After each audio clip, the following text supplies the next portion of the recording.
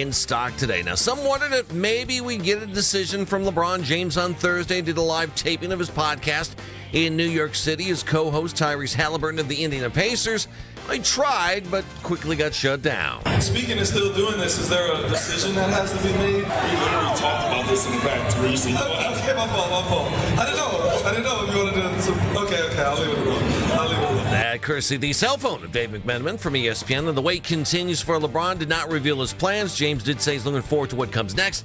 LeBron added at the CNBC Game Plan Business Summit that he won't hold us up too much longer. NBA Commissioner Adam Silver admitted on Thursday he would like it if LeBron James made his announcement already. Silver said the NBA would like to finish up the schedule for next season, and where LeBron plays affects that schedule and also TV coverage, especially when it comes to opening week and Christmas Day. Silver adds he has no inside information on where LeBron will eventually end up. Guardians announced their 2027 schedule on Thursday. Guardians begin with a 6-game road trip beginning at Wrigley Field against the Cubs on March 25th. They will then head to Detroit. The Guardians' home opener set for Thursday, April 1st at Press Field against the Yankees. The Guardians will end the season home against the Reds September 26th. Meanwhile, the Guardians start the second half of this season at home as they take on the Pittsburgh Pirates. British Open second round is underway at Royal Birkdale as a three-way tie for first. Sean Norris, Jackson Suber, and Lucas Herbert are all at 5 under par. Herbert is 5 under through 7 holes just this morning. Norris 4 under through 12 for his second round. Meanwhile, 5 players currently at 4 under par. Can now find 92.3 The Fan on YouTube. Subscribe to our YouTube channel. Get the best content from our shows each and every weekday. That's 92.3 The Fan on YouTube. Headline sports news every 20 minutes right here on 92.3 The Fan. From the University Hospital Sports Desk, I'm Jeff Thomas. Up next time for the Ken Carman Show with Anthony Lima here on 92.3 The Fan. The afternoon drive. LeBron coming here with this roster to me is a bonus. Oh, a bonus? Yeah. I'm going to shift from I have definitive expectations. I'm holding Kobe and Dan and everybody accountable for what you've done and what you haven't done the last 5 years with Donovan. And certainly what you might do with Evan. And then I'm going right into, oh, LeBron's here? Cool, I'm going to kick my feet up and be a Cavs fan for 2 years. The afternoon drive. Weekdays starting at 2. We are Sports Radio 92.3 The Fan. The Ken Carman Show with Anthony Lima. Obviously, it's a big decision. This is the third time in my career that I've been a free agent. It's a big decision for not only myself, but for my family as well, and just for the last part of my career and where I want to spend the last few years or the last year or the last 2 years of, my NBA career. So I'm a natural born leader. I'm going to try to fit into whatever team I'm going into, but also give them all the tools and give them all the knowledge that I've been able to grasp over the last 23 years. I know the game, and wherever I land, I hope that you support me and I can continue to inspire you, all right? Speaking of still doing this, is there a decision that has to be made? We literally talked about this in the back recently. Okay, my fault. I didn't know if you wanted to. Okay, I'll leave it alone. This is Cleveland Sports Radio 92.3 The Fan. Morning. Halliburton needed to press. He'd let him off the hook. Let him off the hook. Come on. You guys coming to my side yet?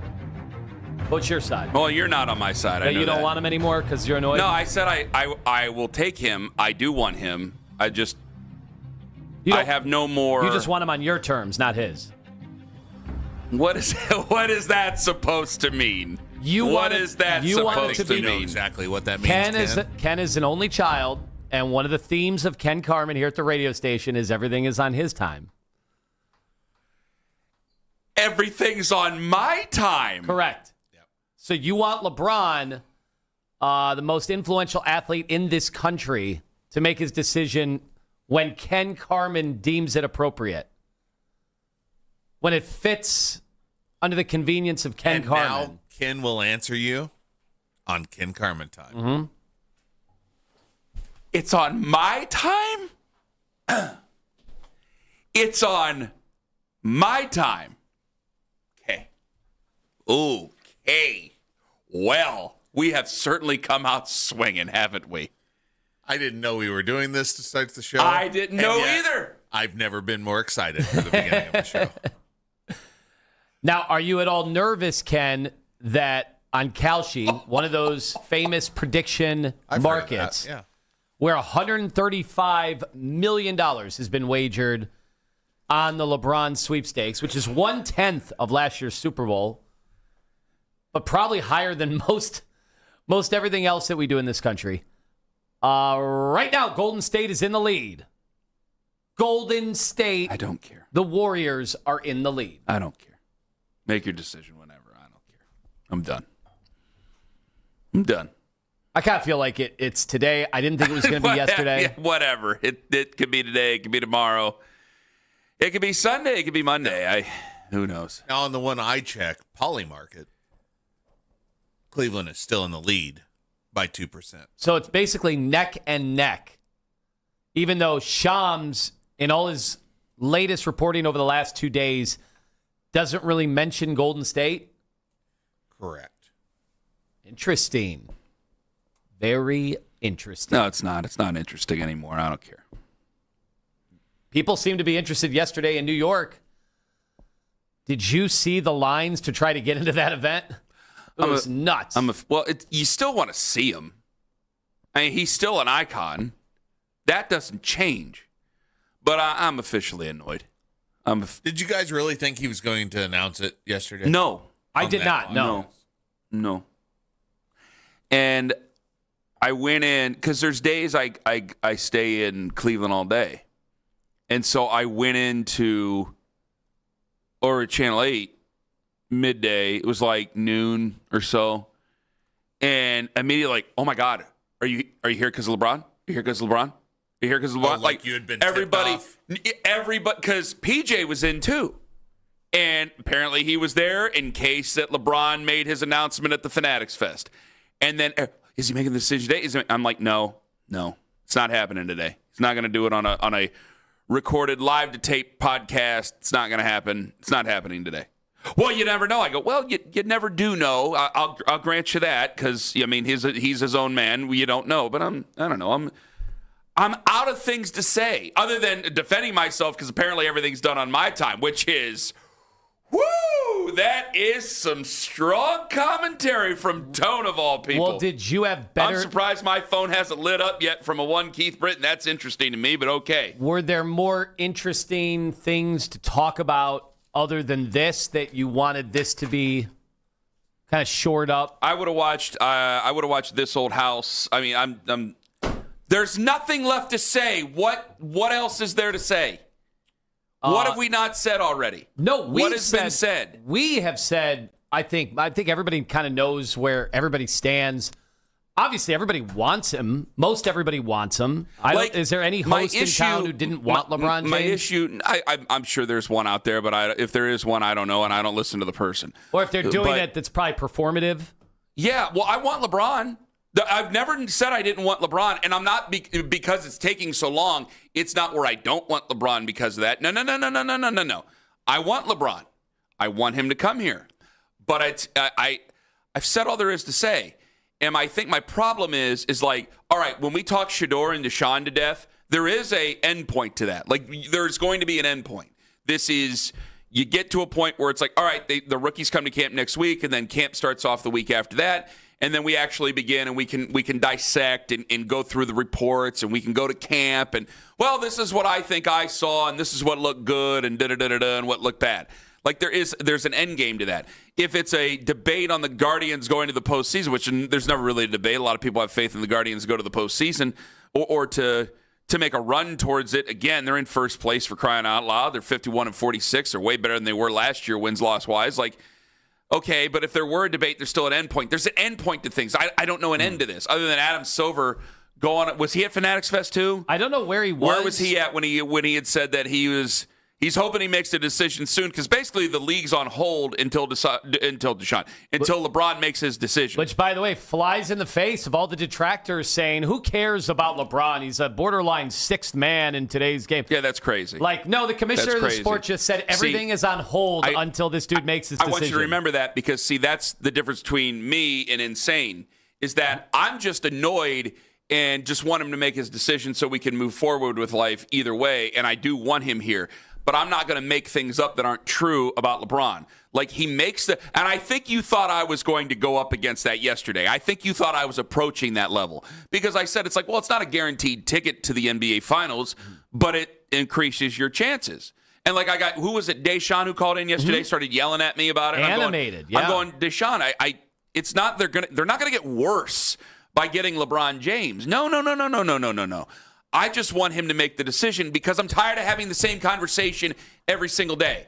And the people who were upset over the last how many days or over the last how many years because of the same quarterback conversation, at least we went week to week and there were new changes and challenges and debates and who to start, who to bench, who to trade, who to pick, all those things. There's no end in sight until he decides to make his decision. And when he makes his decision, I told you before, I will not be crestfallen if he doesn't pick Cleveland. I will not feel betrayed. I won't call him a backstabbing weasel. I won't say any of those things. Now, I think that there might be another person in Cleveland who might say that, and I'll get to the 623 to tell you who that is. But that's not how I feel about it. I'm tired of waiting. Let's go. Let's make the decision. But it does show his true power where he holds up the entire league even at 41 years old, which probably isn't a great thing for the future of the league. At least... let me take that back. It shows you the pressure on whoever takes the mantle from LeBron when he's done. It shows you that pressure because it's not unprecedented to some degree, I'm sure. It's just taking forever when a commissioner openly says, see, that's the difference between the NFL and the NBA. The NFL will do everything they can to not let one person hold that power who's a player. They will do everything they can to do that. In the NBA, there's less players. They're more visible. There's no helmets and visors that they're wearing. Like, it does play into the players kind of carry that power. That's a great point. And you have the most powerful player, the most visible player, the icon of icons, who's still at 41 years old just going, yeah, I'm going to go on a podcast and I'll make my decision whenever. And Adam Silver's just going to have to deal with it and say, well, I certainly hope so. Like, you have billion-dollar corporations that have broadcast rights, expensive broadcast rights to this. And they're just sitting there waiting on it. They're more agitated than me. Is Sumner Redstone still alive? Well, he was in charge of CBS. Who's in charge of NBC? Is Dick Ebersol waking up this morning getting all really mad over LeBron James and the Peacock thing? Who's in charge of NBC now? All the executives are sitting there going, can you make your effing decision, please, so we can put this schedule together on how to divvy up your primetime games, bud? Now, didn't you imagine, that was a quote. I don't know if we have the audio from it. That's good stuff. Didn't anybody else kind of assume that at some point, I didn't know if it would be LeBron and the commissioner, but Rich Paul at the very least would have been in conversation because what is Silver known as? He's been known as over time the players' commissioner. Yeah. Even though he's, for better for worse. Even though he sat idly by while they concocted this new CBA, which is jeopardizing a lot of veteran players and the money that they could get because of the second apron.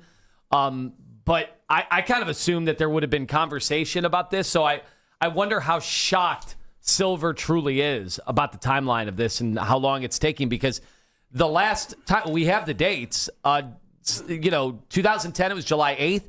2014, it was July 11th. July 1st on 2018, and then we're waiting here in 2026. He did it on a Sunday. I remember that in 2018. It was a Sunday night because then we came in and we did Monday morning. I remember that because I was on. He announced it, and then I went and did CBS Sports Radio. So I do remember it very, very vividly. Maybe he does it Sunday. Again, I just don't think he's going to do it on live to tape things. Yeah, that was the one thing. We were wondering if there would be a gigantic tease as part of what he did yesterday, and then pointing in the direction of an unveiling of some sort. I didn't know what that was going to be. There were all sorts of rumors, maybe even stuff in the sky, but that kind of went away when... Did you look in the sky yesterday? Couldn't see much anything. Oh, my gosh, you can't do anything. You can't do anything. I mean, I was hearing rumors. The smoke. I'm not. This is not performative. I swear to God, it's the smoke. Well, I had told Kenny off the air about some of the ruminations on how this could be displayed. All right, so I'm not allowed to say it because somebody might get in trouble. What you said, you heard. I don't want to do any. I don't want to say it. At this point, I don't think it matters. But I mean, there was a rumor. Can I say? Yeah, I'll just say it because I don't know any. I don't know any of the same people, so I don't know. So I'll say it, and hopefully, no one gets in trouble. There was a rumor going around that there would be like a display of some sort in Cleveland. So again, you're not going to have a display in Cleveland if you're not coming back to Cleveland. But okay, fine. Let's have a discussion about that at another point. There was supposed to be a display. So it would make sense going, well, you can't display something because no one can see 100 feet in front of them because all the smoke that's out there. Did the Canadian wildfires. You watch, record this. You watch, Tone. The Canadian wildfires is what's delaying this because bigger than LeBron. If he picks LeBron, you'll find out. It'll be in the documentary. Yeah. We're going to announce it that Thursday. And then we woke up, and I'm getting calls back in Cleveland that no one can see anything because it's all smoky outside. No one can see or breathe or do anything.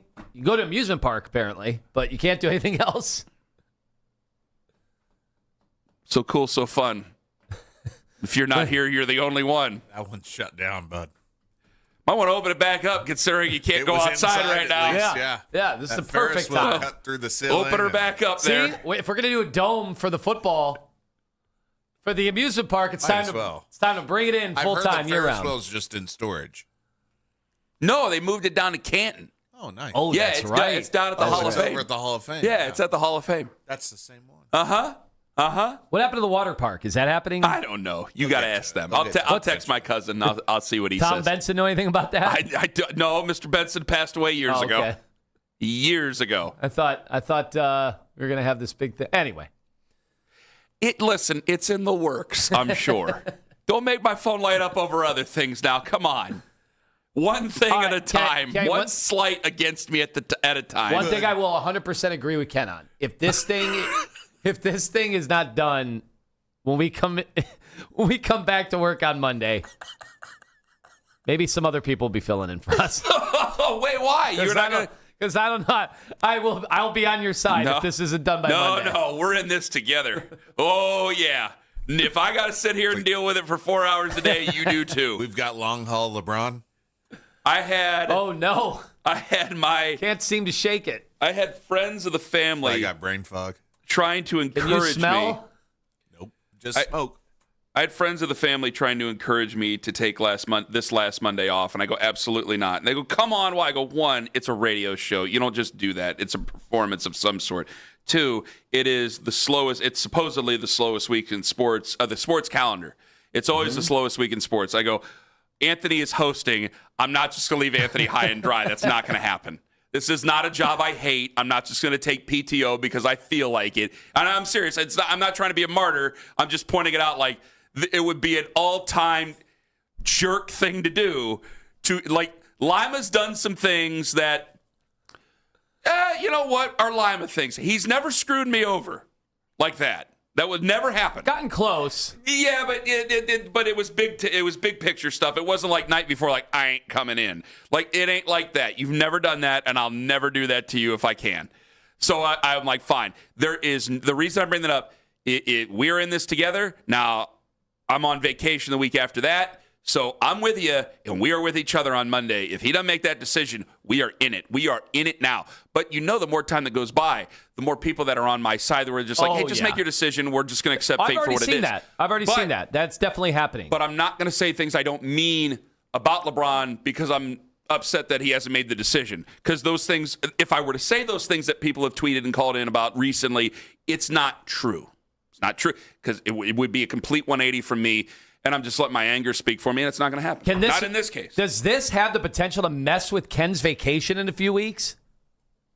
Wow. It has a chance to mess with the practice schedule for Axel's football team. Oh, boy. Because it's like if he makes the decision on Monday, now if the Rockets start 1-2, is it LeBron's fault? I think we'll break that down.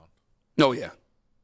Oh, any loss, I'm putting it on somebody else. I am not taking accountability for any losses this year. You're nuts. What about at the shoe? Do you got anything brewing at the shoe? No, remember, I told you, those people. That's a Ken Carman classic. From another community somewhere else in this state ruined it for us. I told you. They had we're all out in the parking lot. The parents now nobody can play football. Yeah, we were supposed to go in November, and then in October, they called up TJ. They're like, you can't come. Why? A bunch of idiots got in a fight in the parking lot, and Ohio State said we can't do it anymore.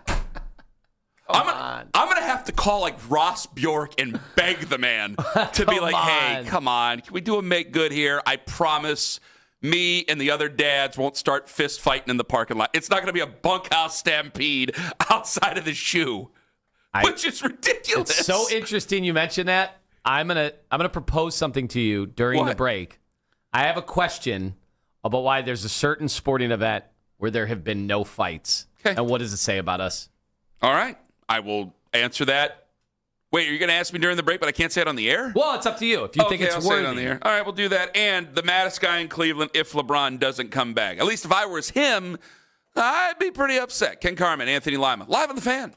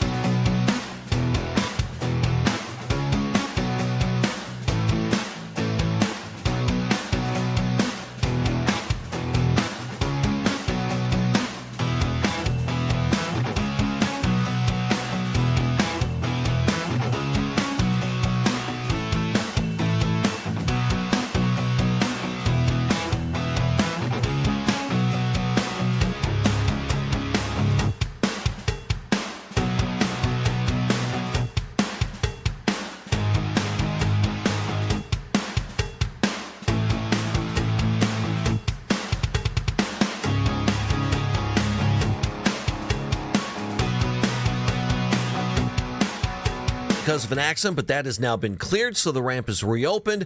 And all you got to worry about for the moment is just the smell and the haze of Canadian wildfires. Jeff Thomas, Odyssey Cleveland traffic.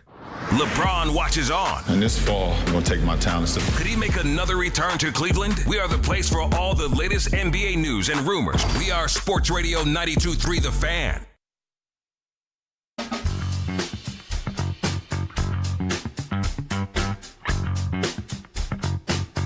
Curtis Danberg, Vice President of Communication and Community Impact. He's going to join us coming up at 6:43 this morning. Also, Lance Reisland. Coach Lance is going to join us at 7:40 because I texted him. I go, "What the hell are you saying about Dylan Gabriel over there?" I had people texting me. Well, let me explain. I says, "Okay." Okay, I had people out of the blue texting me, going, "What's going on with Coach Riz?" You on vacation? You have a couple there, Coach? Want to get away from you there? It's okay. Happens to all of us, man. Tiger got out of the cage. Zach Meisel going to join us at 9 o'clock. We'll talk Guardians with him, obviously, in second half. And did you see what the Mets posted? According to one, I want to make sure it's real, but according to numerous reports, basically everybody except Juan Soto and a couple other players, not including Francisco Lindor, are up for grabs. So that means that Francisco Lindor is up for grabs. Juan Soto isn't, and a couple other people, but that's it. I'm feeling extra grabby now. So if you guys really want to have that discussion, it's the bottom of the sports calendar, and it's not about LeBron. So we can have that discussion later on with Zach coming up at 9. Also coming in hot at 9:45, which if you listen to the opening segment, Lima was already in hot. All right, your thing that you said right before break. We're surprised that there hasn't been a fight at one event, and then you said it, and I go, oh, my God, that's brilliant. It's absolutely true. Yeah, there have been no fights, nothing at these World Cup matches where the fans of these countries are as emotional as I've ever seen. Unbelievable. Like we always talk at least about we don't see them, maybe. Yeah, I haven't really. You would think if there were in the 500 level, they were getting into it. We have videos everywhere. I imagine there would be a video. You know, my algorithm is one of the darkest places you're going to find in Northeast Ohio on the internet, and I still haven't found one. At least in sports, I still haven't. And it's not like I'm going to look for it, but it usually would pop up on whatever social media I have, and it's not popped up. You're right, and it's not about the. By the way, it's not about the beautiful game, because they've made whole movies about like soccer hooliganism. Yes. So I don't want to hear that. They put the cages up. It's probably, Owen, you're raising your hand over there. Yeah, What you got? I just typed in World Cup fight, and I found one from Argentina and England in the semifinal. Oh, really? Who's winning it? Is it the English? No. Argentina has landed a couple of really nice shots. Oh, England's coming back right now. All right, there we go. Well, is this the bug the whole thing? I haven't heard the whole. I haven't heard of the single fight. Like usually every Monday. Oh yeah. Usually and every NFL games. Yeah, especially the 49ers games. Yeah, usually every Monday. There's a thing of it. This was 2 days ago. Okay. Well, good luck to all the participants in Sunday's championship match. Do you think? Hopefully, there's no fights. Do you think it's as easy as how much money they paid for these tickets? Probably. And probably soccer. The one huge difference with the NFL. They do not continue to go up to the stands to go get alcohol. Oh, like people, that's right. People do not leave their seat. You could see it. I mean, the lower bowl, it's not just the lower bowl. Anytime they pan into the crowd at the World Cup matches, it's 100% occupied. Yeah, I don't know what it is. I'm also seeing one outside the stadium in Atlanta between Argentinians that are supporters of different clubs. Oh, okay. Fighting each other. Yeah, I think we're just not searching for it enough. But it would be right. It would be all over. If there were the type of fights we see at NFL games, it would be all over. I'm seeing type of fights. I'm looking at them right now. That's crazy. I mean, I got cartel drops in my algorithm every morning when I wake up. Sure. Well, what's your algorithm been about? Cartel drops, beheadings. Because not soccer. Over LeBron. Yeah. I mean, when we're constantly searching to get an answer about this guy. Fair. Yeah. The internet's going to point me to that direction. Searches, enough times. Yeah, that's right. They're just going to filter out what you don't need anymore. Boy, that's a good point, because I did say yesterday, I was like, yeah, I didn't watch the semifinal match. I was watching Dark Side of the Ring episode 3. So, yeah, I guess it wouldn't be there. That's a hell of a point there, on. By the way, all Cavs Conversations brought to you by the fine folks at Surfside Hard Iced Tea, who ask you to please enjoy that Surfside Hard Iced Tea responsibly. Again, Curtis Danberg at 643. The man who will be the angriest in Cleveland if LeBron doesn't come here is not going to be you. It's not going to be Owen. It's not going to be me. It's not going to be Billy in Brook Park or Brooke in Solon or anything like that. The man who I think is going to be the most agitated is going to be Donovan Mitchell. If LeBron does not pick Cleveland, there is something to be said, and this is not going to sound great. I do admire Donovan. I think he's a fabulous player. But if you are seen as the hometown team, and where everybody admits the story is better if he goes back, it's not like he's going back to play with Colin Sexton. He's going back to play with Donovan Mitchell, who's still a top 15, top 20 player in this league. Is that not correct? Wasn't he number 9 in the Ringer, or number 11? Almost every list these last 4 years, Donovan Mitchell has been considered close to top 10 player. If you were Donovan Mitchell, would you not feel slighted? If LeBron does, I have myself, I have James Harden, I have Evan Mobley. You don't want to come back to where it all started to play with us? Because I go back over this because the writer for Cleveland.com had said that Donovan Mitchell and James Harden have been talking to LeBron, obviously, about coming back to the Cleveland Cavaliers. And then we have this Pat Riley stuff, and we'll play that for you at 7 o'clock, where the vampire has come back out of his crypt and saying about how they need to land another plane, and everybody knows who he's talking about down there in Miami. And you're thinking, well, wait a damn minute over here. Would this just end up being another slight to Donovan? Like, if there was anybody who's really, really, really mad, it's like Donovan, there's different degrees of who's most justified in being mad. I think Donovan would be the most justified. I saw Donovan last night, 2 nights ago, on TikTok making pitches for LeBron to come back. And then I'll turn on the pot. Give me your pitch for LeBron to come back to Cleveland. I mean, it's home. We've done it once. Let's do it again. Simple as that. Will you cry when LeBron retires? No, I don't think so. You don't think so? It'd be great to be a part of that. This is last year. They're both players. Why would he cry? He was at the YMCA. That's right. Good point. Okay. You're right, just though. Don't cry.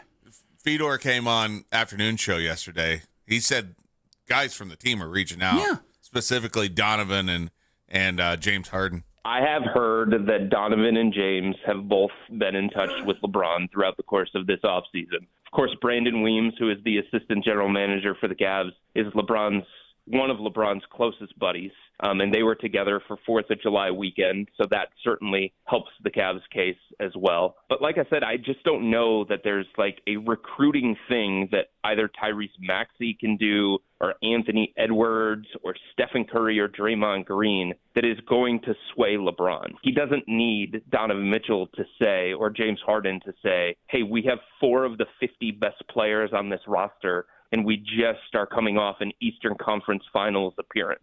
Now maybe it's comforting for him to be wooed and recruited by some of these guys, especially given the way that things went down in his final season in Los Angeles. He probably appreciates that, but I don't think that's going to drive the decision or keep him from going to one place or push him in the direction of another. All right, but still, wouldn't you take it a little bit as a slight that he doesn't want to come finish his career with you? You're still at the peak of your powers. You feel you're at the peak of your powers. You got another player who's certainly on his way out, and James Harden in his own right. But Kenny, we get accused all the time of trying to sow the seeds of discontent. Yes, and I will say this: like, if you do wonder if there were a top 5 player, here in Cleveland, wouldn't it be the ultimate no-brainer ever? Like if Nikola Jokic was here, right? Shai Gilgeous-Alexander was here right now. I mean, it would be the most obvious thing in the world. But when you look at it and go, could Donovan not create for you, sir? Well, that's could Donovan not? That would be part of the pitch, I would say. Like, you don't need, and we're not going to get LeBron to be LeBron 82 games in the regular season, right? And also, okay, that's the regular season. We know this is all about the playoffs. But when the playoffs come, there have to be legitimate playmakers, legitimate threats. For all the negativity that has now bubbled to the surface about Donovan Mitchell in the playoffs, even though he has some of the great playoff games of the last 6 years in the NBA. He's got 50-point games. He's got a slew of 40-point games. He's just not consistent. He's not capable of doing it game in and game out. And I think even Donovan would admit, like, I'm the 6'2" guard. Like, I can't do this every single game. But I don't think they're asking each other to do it. These two guys could help each other out in such a way if they were both on the team at the same time. And also, there's also days because LeBron's, he's going to play 60, 65 games, maybe a little bit more. I don't know how appearances will go because there's going to be places that you got to go so you can get their tchotchke from him. It's going to be interesting to see the whole Memphis thing. But we'll figure that out as time goes on. We'll figure it out when he makes his decision. But I'm serious here. You're going to get him Hilton honors points. I'm not saying that it's a knock on Donovan publicly. But I'm saying, though, if I were Donovan, I would feel slighted. I would really feel slighted. If it doesn't happen. It's another thing going, what more can I do to prove to you people how great I am? I have taken this Cavs franchise in a better direction. I have answered for all the questions that have happened with the Cavs franchise over time. I have been the leader of this Cavs franchise. Remember, this was a team that was not seen as always serious. I've made them more serious over this time. No, I'm not a 6'8" monster. I'll never be a 6'8" monster. And I know I have to live in this man's shadow here, but what more could you want from me? So if I were Donovan Mitchell, I'd certainly be a frustrated person if he decides later on, whenever he wants to pick a different team to play for. I would feel slighted if I were Donovan, yes. Coming up at 7, I want to ask you guys that question again. Coming up in 5 minutes, Curtis Danberg going to join us in studio. We'll talk to him as we get ready to host the Pittsburgh Pirates. 2 teams right here in the Rust Belt that could be going to the postseason in 2026. Ken Carman, Anthony Lima, live on The Fan. It's America's 250th birthday, and we're celebrating the July 4th holiday with our own spectacular summer savings. Mike Yankee Doodle Dandy D'Amato here, founding father of Nissan in North Homestead and I-90 Nissan. You'll light up your summer with revolutionary deals on all the dazzling new Nissans gleaming on our lots. Hurry in and see Deal, Liberty Bell Belsa. You can ring up freedom and ring up outstanding savings. He can even chime in with APRs as low as 0%. Are you kidding me? Woo! It's the American way. Just give us your John Hancock and get great Nissan lease deals as well. This eye-popping extravaganza is for a limited time only. And it's only at Nissan in North Homestead and the North Homestead Auto Mile and I-90 Nissan in Sheffield Village. Why? Man, you know why, because the deals are so good. Celebrate more savings. 250, baby, at BigNissan.com. For adults with Crohn's disease or ulcerative colitis symptoms, every choice matters. Tremfya offers self-injection or intravenous infusion from the start. Tremfya is administered as injections under the skin or infusions through a vein every 4 weeks, followed by injections under the skin every 4 or 8 weeks. If your doctor decides that you can self-inject Tremfya, proper training is required. Tremfya is a prescription medicine used to treat adults with moderately to severely active Crohn's disease and adults with moderately to severely active ulcerative colitis. Serious allergic reactions, increased risk of infections or lower ability to fight them, and liver problems may occur. Before treatment, get checked for infections and tuberculosis. Tell your doctor if you have an infection, flu-like symptoms, or need a vaccine.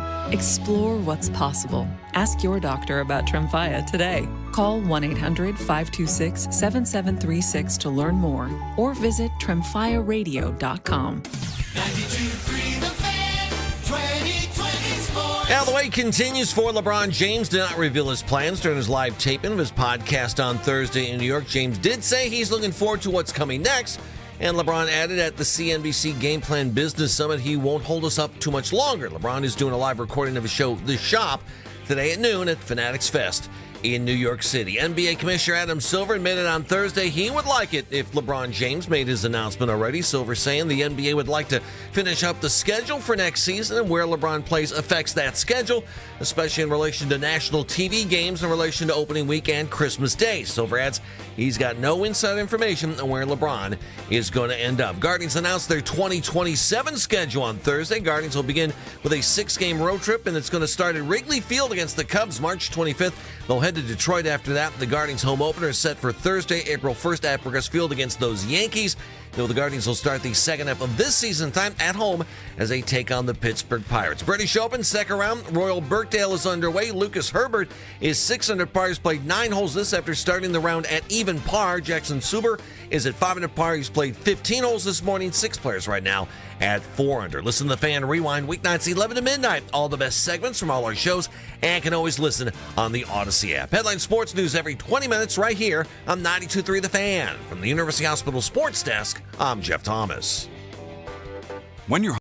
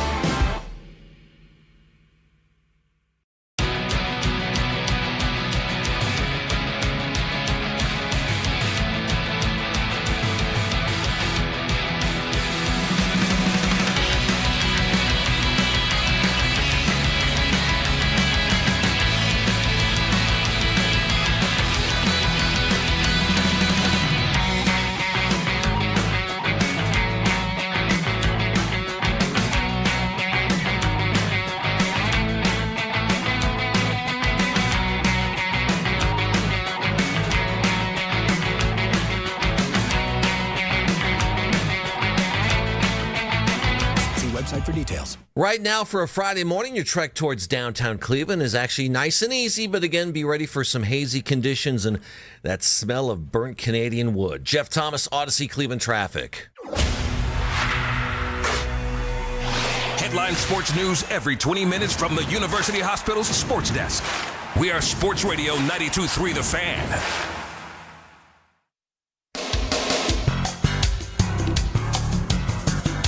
Jose Ramirez and Angel Martinez, are they going to be enough to get us to run away from the Chicago White Sox? Zach Meisel going to answer that question coming up at 9 o'clock this morning. He's from The Athletic, but joining us right now from the corner of Carnegie and Ontario, Curtis Danberg. He is the Senior Vice President of Communications and Community Impact for your Cleveland Guardians. Curtis, how the hell are you, friend? I'm doing great. It's go time. Wonderful to see you. Second half begins. Did you get any sleep during the All-Star break? I did. That's wonderful. Yes, got away with the family and...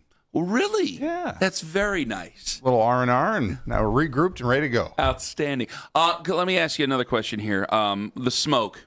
Yes. Tell us, I didn't know this. This is a Major League Baseball decision coming up this evening? It is, because this is the last time, the only time the Pirates come to town. So in that case, MLB controls the decision. So we started the conversation with them yesterday. They're monitoring East Coast and the Midwest teams. We'll be monitoring all day to see if it'll be safe to play. They did play it last night. You know, we had this 3 years ago, and you know we played in it was above 250. So there's not like a hard line number, but we'll be monitoring and see if we can play tonight. And there's rain tomorrow, so we need to get these games in and fire things up for the second half. Are you noticing some frustrated Guardians players wanting to lash out at Toronto for what's going on right now in the atmosphere? Have they said anything? That hasn't come up. I think they're focused on... You didn't really have to answer that, Curtis. They're focused on playing. But it's funny because we were talking off the air about... We're thinking air quality, but like the ball is getting lost when it goes up into the sky. The pop-ups are causing issues when it's that like happened that. last night. The Phillies played the Mets at home, and they moved the game up to try to get ahead of the smoke, and they got the game in, but as the game went on, it was a little difficult. It was a weird-looking game there. So that's interesting. I didn't realize that because Major League Baseball makes that decision, not you guys or with the Pirates or anything like that. It sucks because it's a fireworks Friday, things like that, and you hope that it's out by this afternoon, so we'll continue to monitor it. Not any fireworks. Tonight is OAR night. They're taking over the ballpark. They're throwing out the first pitch. They're doing the anthem, 7th-inning stretch. They're going to perform after the game, and the fireworks all I didn't know they were synced to performing OAR. after the game. Yeah. Now, Kenny, I don't know if Kenny 30 years. was as much. Oh, that's crazy. That's crazy. My first time I saw OAR was at Palmer Fest. My senior year of high school, went down to Athens, went and hung out, went and partied with everybody, and we saw OAR headlining Palmer Fest. We called it OR. I swear to God, I didn't know they were OAR till way after college. The dots. I never saw the dots. It was a haze, man. We called them OR. I swear to God. And they came through Kent. I know I went to Akron, but I'd be over at Kent a lot, and I know they came through Kent. And that's about all I know. I mean, they do a 15-minute version, Yes. I think, of Crazy Game of Poker. Yes. So we need to get that in tonight. We've got a 4:10 game tomorrow. What else did you want me to say about OAR, Tone? You I didn't know- immediately threw the brake on me. I'm like, I what? didn't know if Kenny was as big of a fan as I was back in the No, day. I'm not. Because No. you know I'm famously not into music Do whatsoever. members of OAR have a power bat? What can they help us there with? What can they do? Yeah, do they have an OR that they can go up there? That and would be hit with? nice. Obviously, it was a great way to finish the first half of the season. Yes. It's been a weird, not a weird year, but it's been a little bit odd. I mean, last year was weirder than this year. But what's it mean for you guys to have two essential rookies making the All-Star team, and Cade Smith goes out there, looks good, and everything coming together there with the young guys? No, it was a lot of fun to see. Both the pitchers, 1, 2, 3, and Travis held his own out there, got on base, and it was fun for the Guardians to have those guys represent us. And now the focus is on the second half, and great way to end the first half, as you said, and fire things up. The key here is we get Angel and Hosey back here very soon, and hopefully we hit it rolling. I do have in front of me remaining, and this is normally Owen's territory, remaining strength of schedule. Oh, give it to me. The toughest schedule left in Major League Baseball would be the Milwaukee Brewers. The 30th and easiest schedule remaining in all of Major League Baseball, that would be, according to Fangraphs, the Cleveland Guardians. And look at the way you guys finished up right before the break.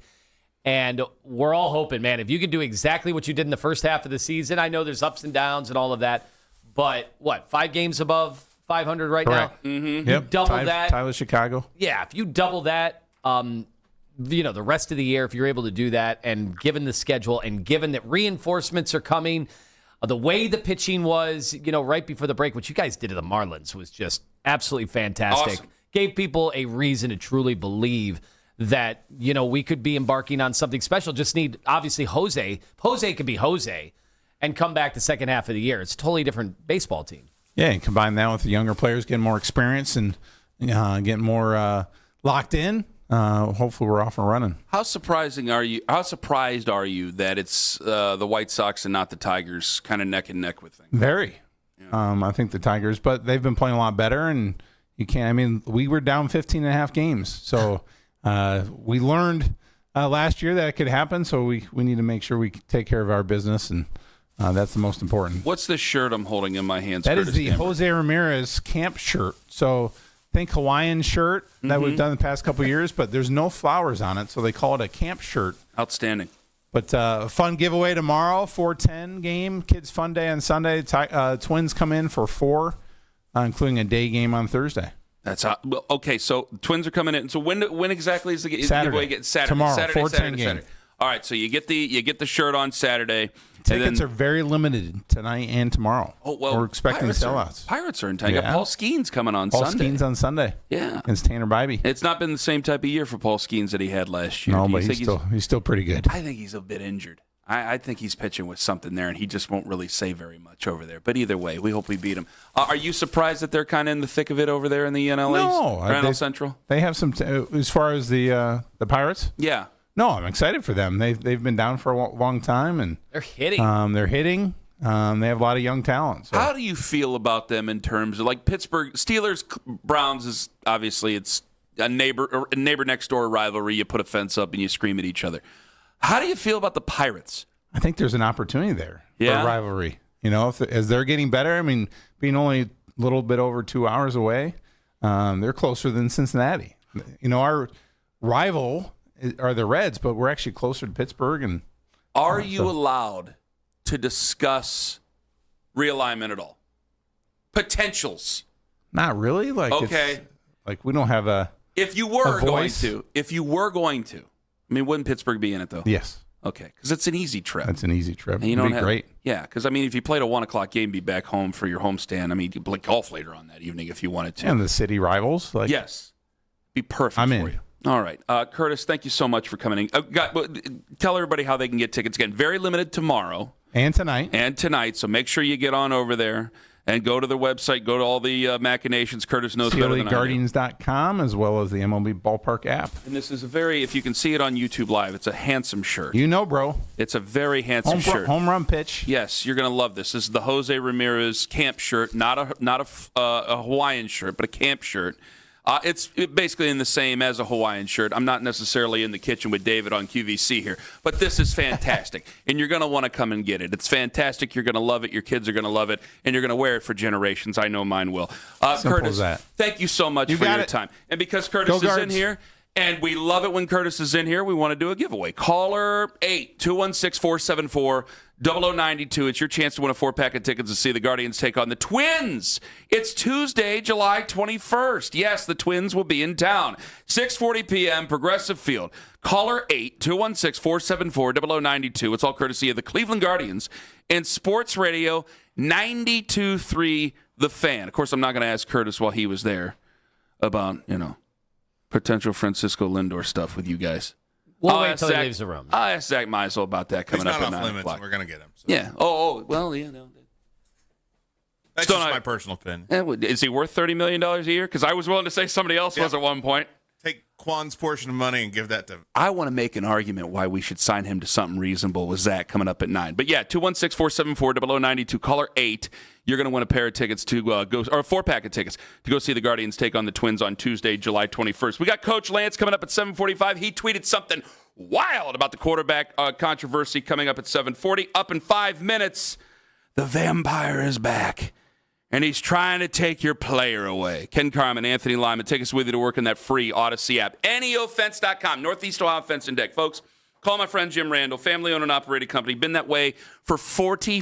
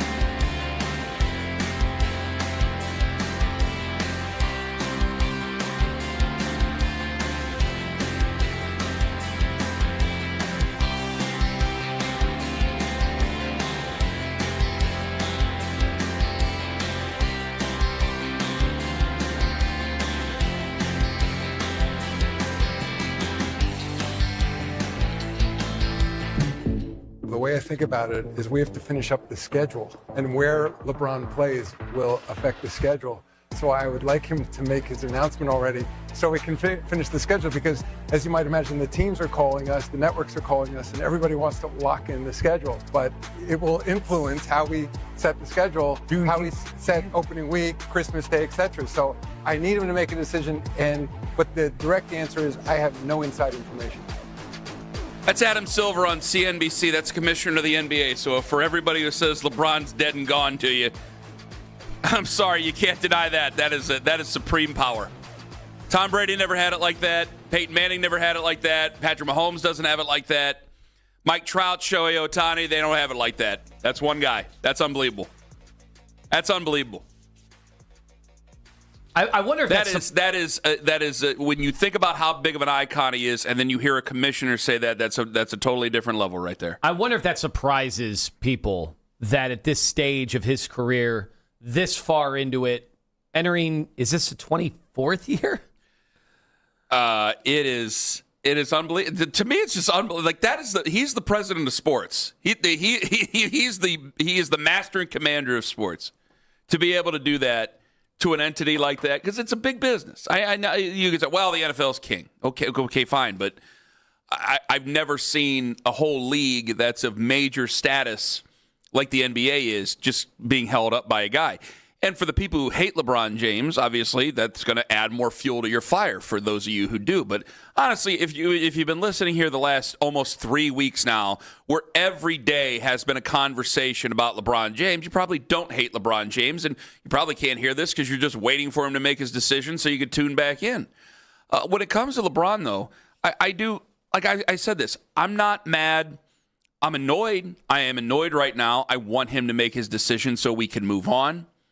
And we can figure out, like, if he doesn't decide here, I can be critical. I can whatever, but I'm not gonna be mad. And if he does come here, I'll be happy he's here. But I don't think it's a necessary punch our ticket to the title, and we're gonna have another parade. It would be nice, and I think that it increases their odds. But I don't think it's the end-all, be-all like I thought it was in 2014. It's just a different circumstance, and it's a better ending to a story. But that's what it's going to be, an ending to a story. However, there is another name out there. They delayed this a while because he was just able to sign last week, right? Giannis Antetokounmpo? I think he signed last week, and they had his press conference yesterday down in Miami. The vampire has come out of his crypt, and he is telling everybody that he is circling the wagons, or actually another mode of transportation, to be able to get you-know-who. We landed the plane. Now there's another one we have to land. That is Pat Riley at the press conference for Giannis Antetokounmpo down in Miami with the Miami Heat, mentioning about Giannis, and then obviously talking about trying to land the plane about LeBron James. That's his reference to it. He went a little bit further about their interest in LeBron.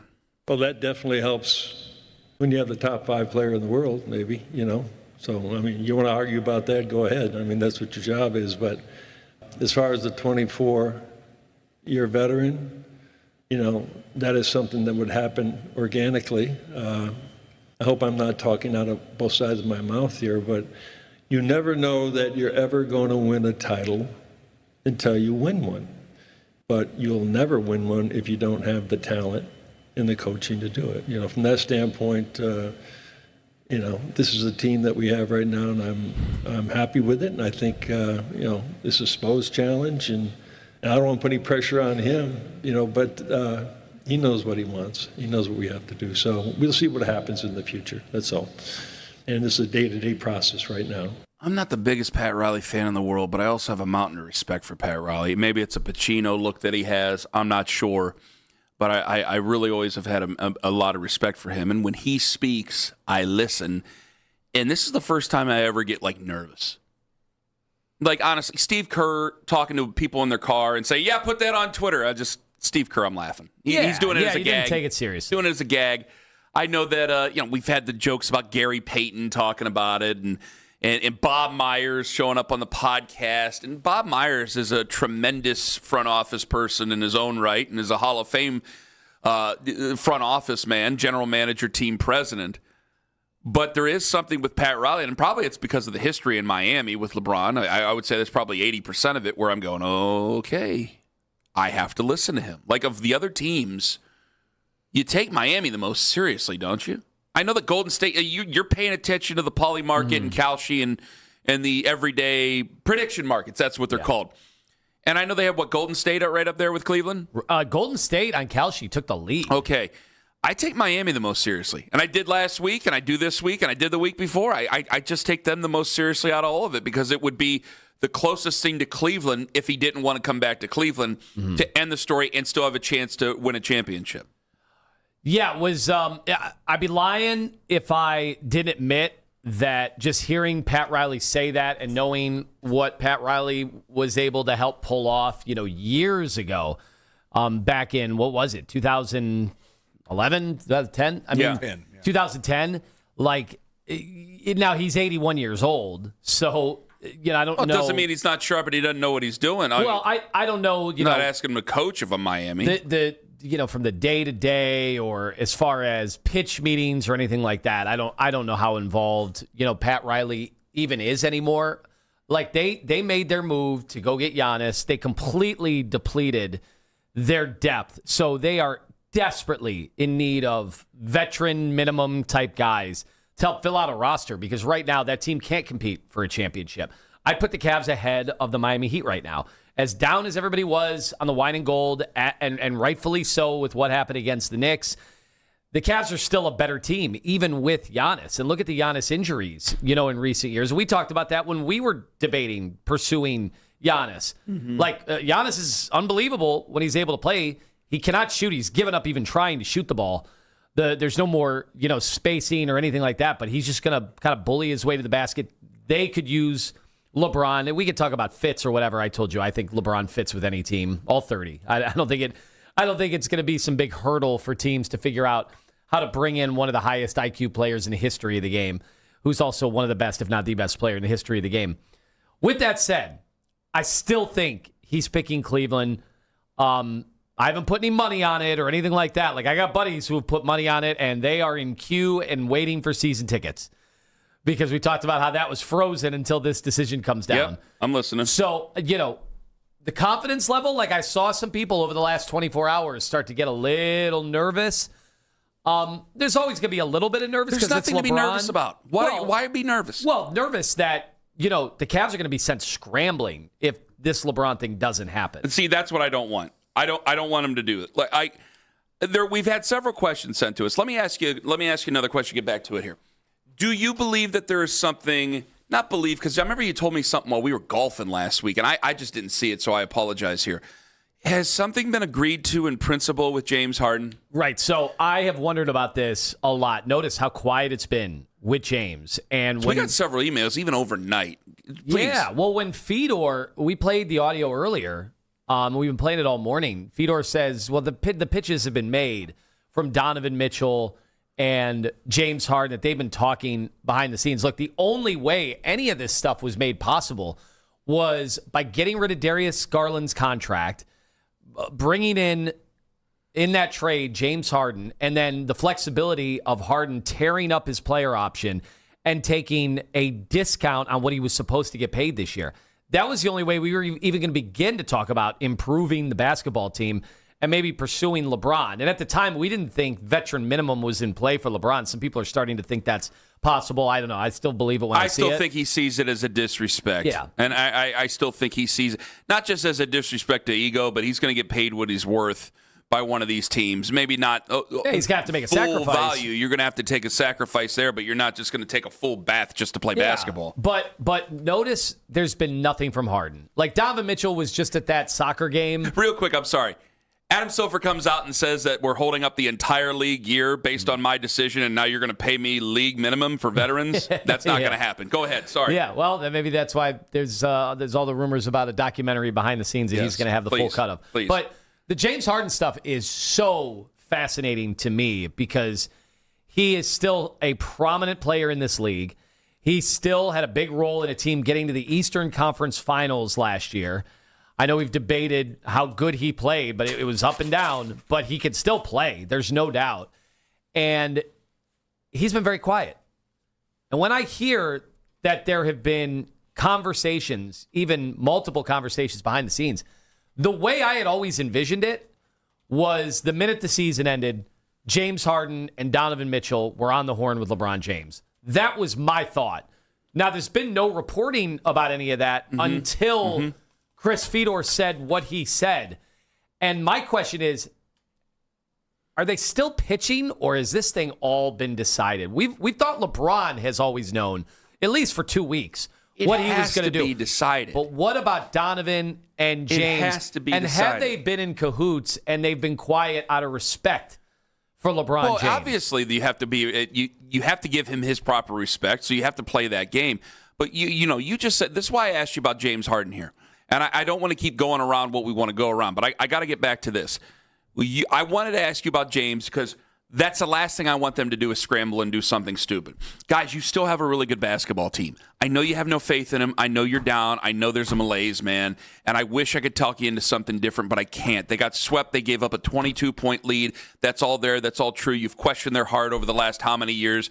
I can't sit there and make an argument. They just have to go out there and they have to prove it. But still, at the end of all this fight, at the end of this 3-week period here, whether he comes here or not, you still have a very good basketball team. And the last thing that anybody needs them to do is freak out and start making moves and scramble to be a more competitive team. No, if LeBron decides he wants to go somewhere else, then they need to take a step back, start this season with who they are. I know they're going to have to answer some weird questions at Media Day about, did you think you were going to get LeBron and all this other stuff? But if they don't get the guy, they need to step back, reevaluate this, go into the season as they are, see what they can do. I know that you're missing, you're going to be missing Dean Wade. I'm sure they'll find a way to replace him. Go into the season, figure it out, and see whether or not there's other moves to be made. If there are, great. If there's not, then fine. I guess we have to deal with it. And I guess maybe it would only come down to LeBron. But that's the last thing I need them to do, or Cavs fans should ever want them to do, is that as of July 17th, go and scramble if LeBron decides that he doesn't want to come to Cleveland. I think that's really irresponsible. And it's been done by other teams. Hell, I think it's even been done by Cleveland in the past. But I can't. No. No move for a Cleveland fan is going to touch LeBron James. Excuse me. No realistic move for a Cleveland fan right now is going to touch LeBron James. You are going to not get the guy, and if you don't get the guy, fine. Don't double down and do something stupid and cost yourself. It's a very good team. LeBron should understand that. That's why he should want to come back here, not just because of the nostalgia, but because of the team around him. And if he doesn't, fine, he's made his decision. But I'm not going to make some other bad decision just because he doesn't want to play for my basketball team. That, to me, is the worst possible outcome. If they make some sort of a crazy trade, I know that they traded for Donovan Mitchell in September when they traded for him. If they make one of these crazy trades out there before the season, I'm going to have a giant lump in my throat if they didn't get LeBron James. 216-474-0092. We got some people who want to get in on this. Who do you take most seriously to get LeBron if it's not going to be the Cleveland Cavaliers? If it weren't the Cleveland Cavaliers, obviously the Cavs are still one of the leaders, courtesy of the prediction markets, to land LeBron James still as we're going on 3 weeks of this. And maybe we are disrespecting this young man.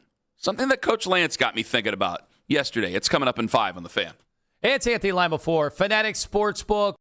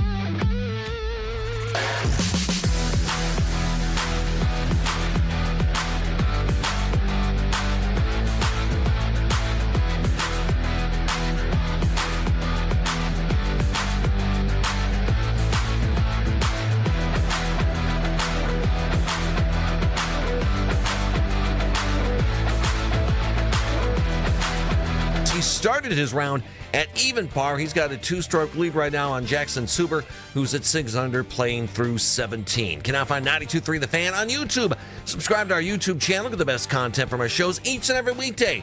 That's 92.3 The Fan on YouTube. Headline sports news every 20 minutes right here on 92.3 The Fan. From the University Hospital Sports Desk, I'm Jeff Thomas. I don't want to be a downer. My first thought yesterday when they announced that schedule, Jeff just jogged my memory. I wanted to bring it up earlier. Then Lima said that everything runs on my time, and I went blind with rage. They release a schedule. I'm like, oh, man, that's cool. They open up the season at Wrigley Field against the Cubs, and then they come home. They're playing the Yankees. That's a tough schedule, but that'll be fun. And then my second thought was, they're not going to do either of those things. They're going to play 80 games next year, and it's all going to be divisional opponents. Oh, like, damn it. Damn it. Wait a second. Okay, Dude, every single player is digging in as hard as they possibly can anytime a microphone gets put in front of them.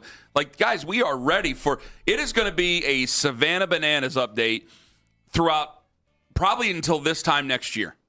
They're going to really, barnstorming tour like you've never seen before. You think so it's all a put on? You guys who I saw commenting on the ESPN stuff, on the SBs and their opening musical number, what, you guys think you're tired of the Savannah Bananas now? You better wait, buddy boy. You better wait. It's going to be an ugly situation for you. I'm sorry. For all the I don't mind the Bananas. I wouldn't go to see them, but I don't mind them. If you're into that sort of thing, that's fine. There's definitely worse things you can be involved in, I guess. But I got a lot of respect for that businessman. He's going to die in that suit. He is working his ass off. But that's going to be the baseball you watch. Either that or KBO at 4 a.m. One of the two. Well, it's interesting because terrible situation. But I don't know about you. We have not. This show has not, especially with the Guardians challenging for their 8th playoff spot in 11 years. Mm-hmm. And we've got these young, awesome players, and they're actually in the lineup. It's not young players that are just pitchers. These are guys you get to watch every single day. And that's been awesome. We had 3 All-Stars. We surged right before the break. This show has not dwelled on a bunch of the what-ifs because the what-ifs are not good. As far as the season? Yeah, about next year. I can't sit there and bring it up every single day. That's a killjoy. And any conversation about it, it turns into this circular thing that we get to all the time, especially in Cleveland, where we have an owner that is running it like a business, is not spending money, is not involving our team in free agency, hot stove. We're like 20 other teams in this 30-team league. We just are not going to participate.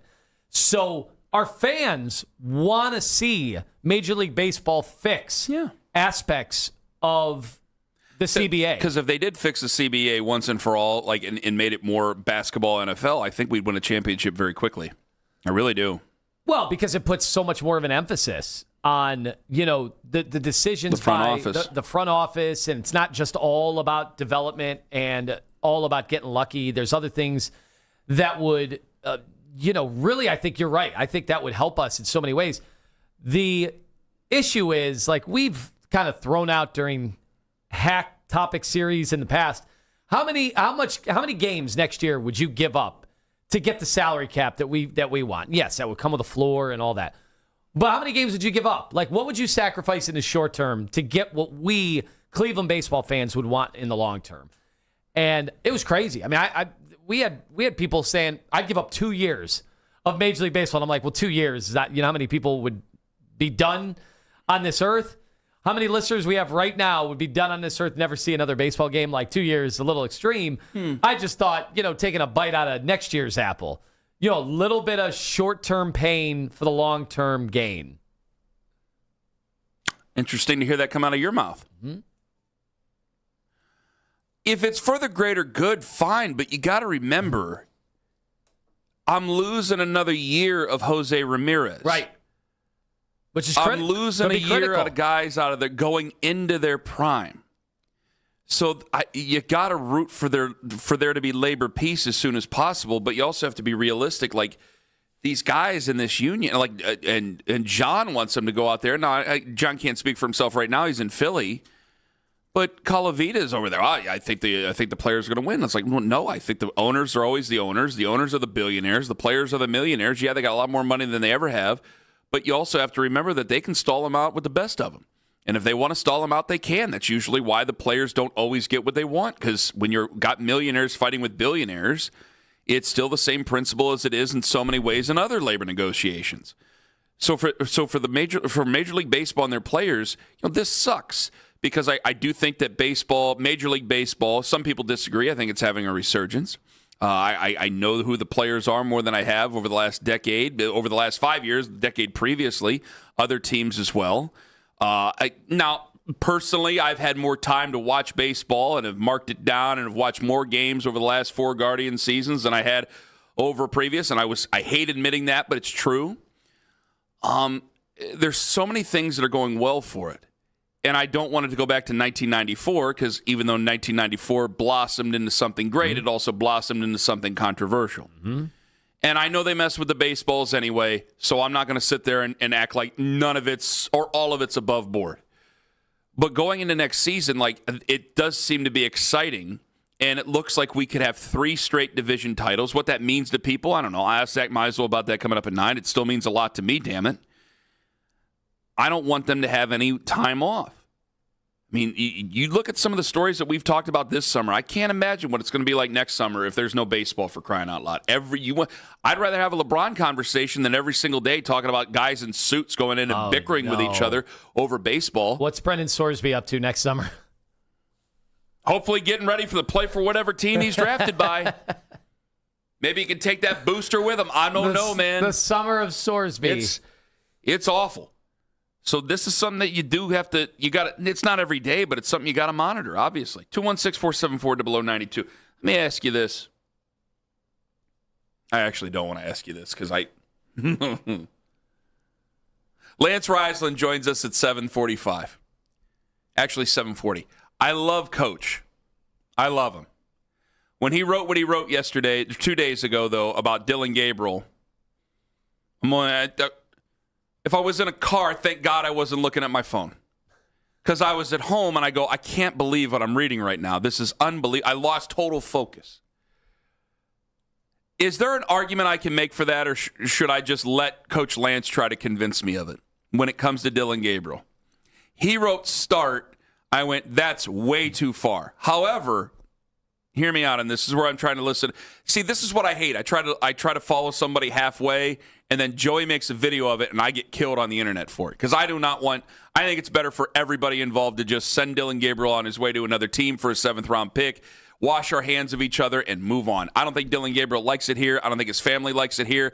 I don't think they care for the fans. I wouldn't care for the fans if I were them, to be honest with you. It's just a bad place, bad time. You got football left in you. You got to go somewhere else. We don't care for him. He doesn't seem to care for us. We all move on. But you got a new head coach there. I am intrigued by Taylon Green being a 6'4" monster and a big body. But if you need guys you can trust to run the offense, when he's supposed to be the supercomputer, Dylan Gabriel? Now, I'm not talking about starting. No, absolutely not. Of course, maybe I'd rather have Dylan Gabriel start than Deshaun Watson, but, that's because I want to keep the fans happy to some degree. I'm still a Shador guy. The other two are more exciting, and then you have Dylan Gabriel. Is that not what a backup quarterback's defined as? A guy who knows offenses and can just kind of hold down the fort until you get a different quarterback in there? You have to keep it under consideration. Could you keep him on the roster because of his knowledge of the offense? I'm asking questions that are uncomfortable, but they're true questions. I think you're just being nice to Lance, Coach Lance because we love Coach Lance. Well, this is the first time I've ever really been like, what the hell are you talking about, Coach? Well, and obviously we're going to have Coach on a little bit later in the show. Coming up here, it's 8 minutes. 8 minutes. 64 starters last year in the NFL, by the way. It's crazy. Every year, with 17 games, 18 weeks, we're getting over 60 starters every year. So lots of guys can start football games that are not going to ever be in a team's plans entering a season as the starting quarterback. I said yesterday, I made a case that as unfair as the Brown situation was to Shador Sanders, which we all agree, I thought the fans were even more unfair to Dylan Gabriel. I felt bad for him, and I rarely ever feel bad for guys anymore. Mm-hmm. But you lose your job. He would have lost it anyway per his play. But you lose the job with a concussion. You come back for a play, you get booed by the fans. You're a rookie, a third rounder who we all agree should have never been taken in the third round. Not like there were any huge expectations for him because we all saw what we saw in preseason and in training camp. It was not pretty. So I had zero expectations for him. I just didn't understand like booing the guy. Like that was weird to me.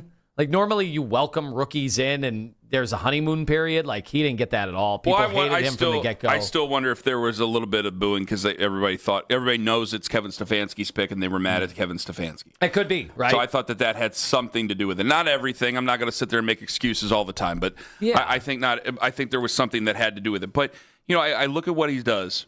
Know the offense. He's supposed to know offense.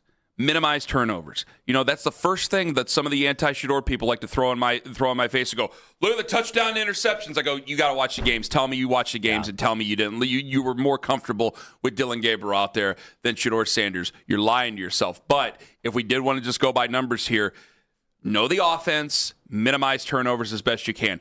That's a backup quarterback's definition. Which we'll just never understand. Not about starting. We'll never understand why a team that is so desperate for a starting quarterback, why are we drafting guys that we project as backups in the third round? We draft guys that are pieces and parts. We never draft the full thing. It's the same thing with wide receivers, it seems. All right, coming up next, Lance. I'm nervous. I've never really vehemently disagreed with him before. You guys going to get into it? No, maybe. Coach Lance coming up in 5 on The Fan.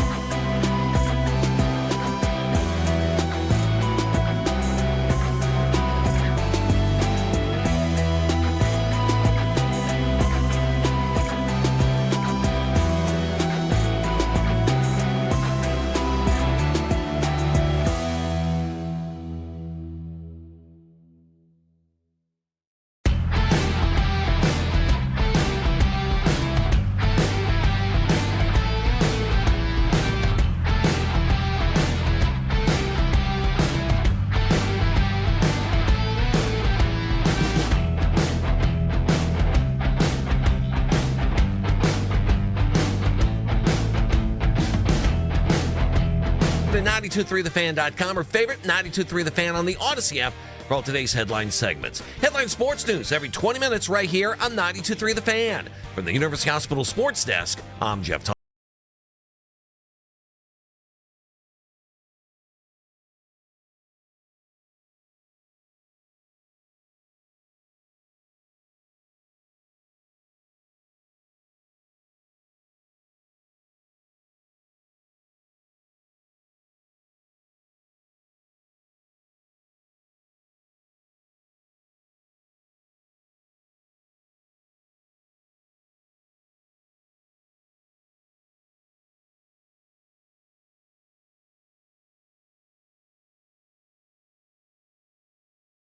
Going on. I'm not gonna mix it up. I didn't say I disrespected him as a person. Like, there's things that Lima say. I think you have a responsibility with your name on the show To disrespect him as a person? I didn't say disrespect. You said mix it up, Kim. Oh, yeah. We'll disrespect him on text later. To his text face. Yeah, to his phone. Yeah. Talk a big game on the phone. I don't know if I want to do it actually. Well, you mean on the phone. All right, Coach Riz is going to join us right now on the Wise Heart Right, We Make It Right, Call Car Right hotline. Hi, Coach. Good morning, gentlemen. Good morning. You drink at all? I've had a beer. There was nothing altering my thoughts on what I said, though, which I know you were hoping, but no, I was clear in mind when I made that tweet. Damn, man, because I was going to hope you had plenty of them before you fired off that Dylan Gabriel tweet. That Coach, was nuts. I had people reaching out to me yesterday for your phone number. I think people wanted to talk to you to do a wellness check. Well, I appreciate everybody looking out for me. That's very nice of everyone.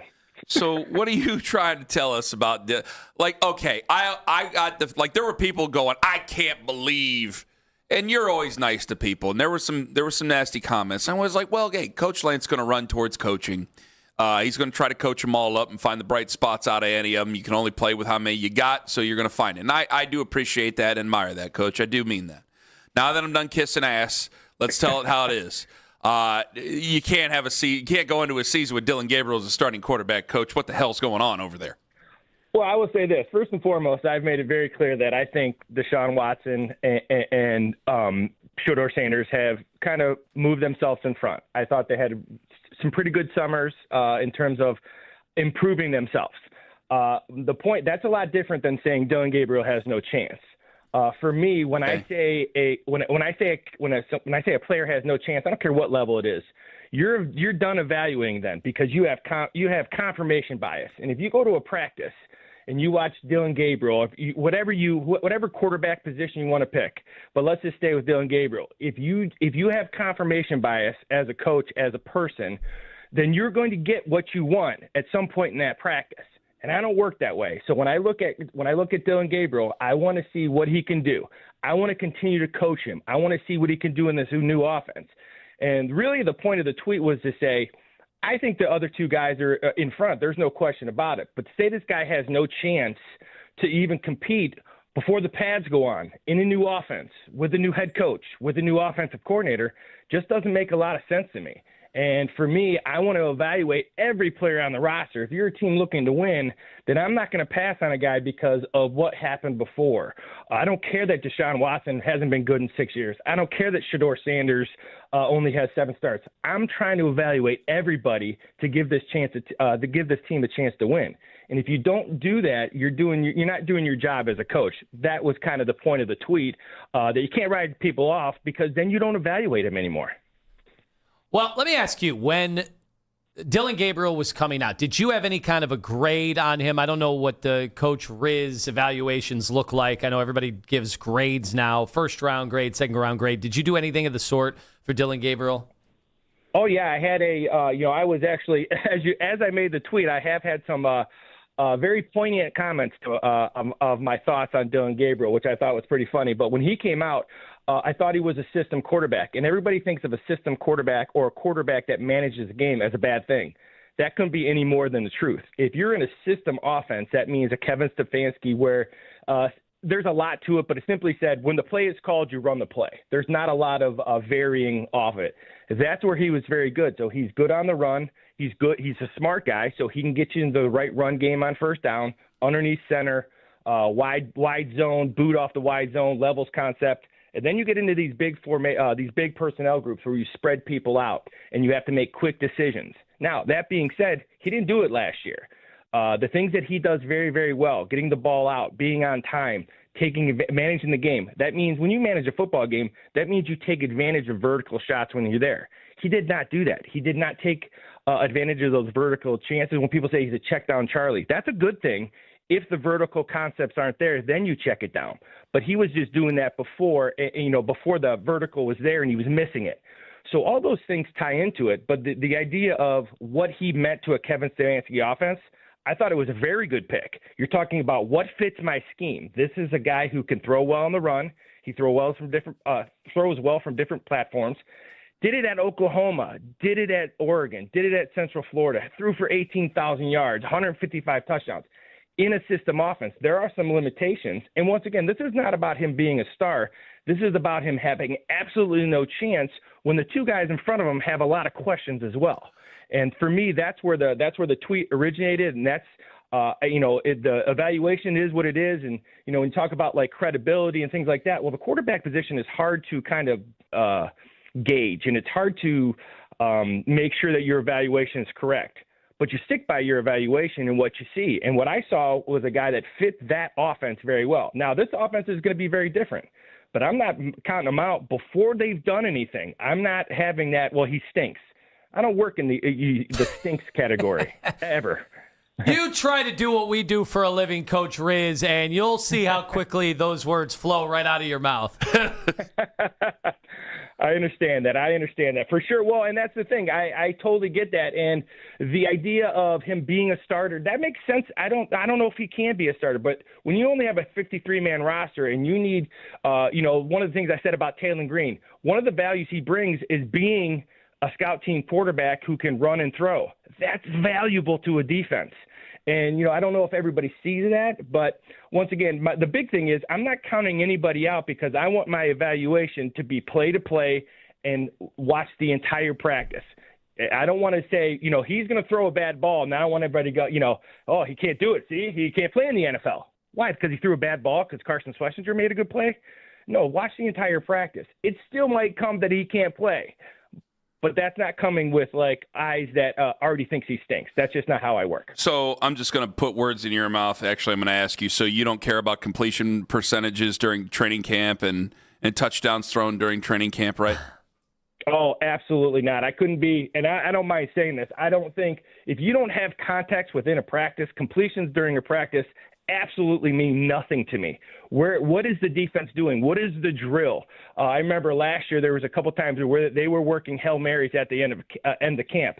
Well, those are going on your completion percentage, and as coaches we go, make sure you throw the ball up. There's no time left on the clock. Are you working in the red zone? Are the plays scripted? Does the defense know what you're running? These things all happen in football, so without context, that means absolutely nothing because, first of all, quarterbacks aren't getting hit in practice. Secondly, we don't know anything about the drill or what's going on. So, yeah, I'm not I think you can use it because it is a product-based league, but to use it as, like, who's in front, that's absolutely wrong in my opinion. What do you think about QBR, Coach? Well, once again, I'm a big believer in making plays when they're presented to you. So when you think about what a quarterback does, obviously there's very few guys you can win because of. There's lots of guys you can win with, and those guys you win with have to make the key 3rd down and 4 run. They have to get you into the right run play on 1st down to get you to 2nd and 4. Then you can take a play action shot. They have to be able to make the throws when they're presented to them down the seam. They have to make sure that they're protecting the football, not turning the ball over. A punt in the NFL at any level of football is not a bad thing when you have a really elite defense. That's playing complementary football. There's a lot that goes into QBR, but once again, stats are overrated. One of the most worst things you can do in terms of winning sometimes. You got to make the plays when they're presented to you. And sometimes that means 4th down and 1, you make a great run check that gets you away from an overhang. No one knows that, but that's what wins football games. And sometimes stats don't tell you that. It's just like pressures I will take a ton of pressures before I take sacks. I want that quarterback off his platform. I don't want him to, have comfort in there. It's the same thing with playing quarterback. make plays when they're presented to you, and sometimes those don't show up in stats, but if you win the game, it doesn't matter. Does it matter to you, and do you think it matters to Todd Monken to have a quarterback competition, and then outside of the two that are competing, the other quarterback happens to be left-handed while the other two are right-handed? Does that mean anything to you? Absolutely. You know, it's funny. I've had a bunch of questions. You have to change the entire offense. That's not really the case. These NFL offenses are so complex. They're working full field reads, and you know what, you're protecting your backside. I will tell you, as a quarterback, getting hit blindsided in the front underneath the chin hurts a lot worse than getting hit in the back because you don't even know those are coming. But a lot of that has to do with like how offenses used to be run. You're out picking one side. If you're right-handed, you're more working to the right side, left-handed to the left. That's not really the case. These guys are working full field, so they have to be able to see everything. They have to be able to move their feet. I think that's really kind of an overrated thing at this point, the spin and all that kind of stuff. That's not a huge deal. For me, as a quarterback, the thing that bothers the quarterback the most is A and B gap pressure in your face. And that's what throws these guys off, not where they're working, not the hand they throw with. If you want to disrupt the guy, even the guys on the edge, you can step up. A and B gap pressure is what really hurts these quarterbacks at all levels, really not the hand they throw with. We got Coach Riz joining us on the show, Lance Reisland. He's on the Wise Heart Right, We Make It Right, Call Kyle Right hotline. All right, Jerry Jeudy, we've heard differing things this week. Now, I'm going to ask Lima about this coming up here in a bit. Let me ask you, though. His over-unders are set. 50.5 receptions for 2026, 50.5, 50.5. Does Jerry Jeudy get over or under 50.5 catches in 2026. Well, I'm not going to give you the answer you want. I'm going to say doesn't matter to me. He can have 30 come on, catches. Coach. Listen, he can have if he has 35 catches, but you have balance on offense. I don't care how many catches Jerry Jeudy has. Do they have balance? Do they have three receivers? If they're an 11 personnel, do they have three receivers that can make plays? Harold Fanning gets matched up against the linebacker and a safety. Then that doesn't like it, and they go nickel, and they take a linebacker out, and can you run the ball with Judkins? For me, it's not about stats. It's not about how many catches he gets. Does he make the play when it's there presented to him? When he doesn't get let's say Boston's hot, and he gets the double coverage, and he gets the number one corner. Can he shine? Not even in that game, but on that particular play. Because in this Monken offense, what you have the ability to do is that if Jerry Jeudy gets a matchup he wants, you can check to it and get him the ball when it's presented to him. That's the difference between a player offense and a system offense. So for me, it's not about the number; it's the impact. And does he clear it out to make sure that the under route comes up? There's so many things that Here's the thing about playing receiver: you're not a pass catcher. That's not your job. You're a receiver. That means you have to block. That means you have to open things up. That means you have to consistently do what you're supposed to do. Pass catching is a part of it, but you're not a pass catcher. This isn't 7-on-7. You have a lot of other rules. So for me, I'm looking for impact. If you say, is he going to have 30 impact catches? Yes, I think he's going to have 30-plus impact catches. All right, fine. Coach, we thank you very much for the time. We appreciate it. You've given us something to think about. Has he given us something to think about when it comes to Dylan Gabriel? You can be honest. I thought he had confirmation bias, boys. Here's the thing: confirmation bias. If you think he stinks, then you're going to get those plays. Don't do that. Watch the plays. If he stinks, he stinks. You see, don't go in thinking it. That's the way you analyze it. He knows what he's doing. He's too open-minded. You have no place. Yeah, we got to close your mind on here. This show for open-minded. I need more Frank Kush out of you, man. Okay, close that up. Let's go. More narrow-minded. Okay. Yeah. Thank you very much. Coach Lance Reisland, find him on Twitter. Talk soon, guys. Talk soon. Thank you, Coach. Lance Reisland on Twitter. You can find him there. He's also on Cleveland.com. You hear him on the Fan all the time. He's absolutely wonderful. We're looking forward to football season with him. And, of course, he's on the Wise Heart Right, We Make It Right, Call Kyle Right hotline. All right, I do want to know whether or not he made any bit of a difference there. And it could be an all-time bad Barry trade. And I am not talking about Deshaun Watson. All that and we willing to have that Stephen Kwan conversation yet again? Hold on before you freak out on me. That coming up at around 8:25 on the Fan. XTEND 8.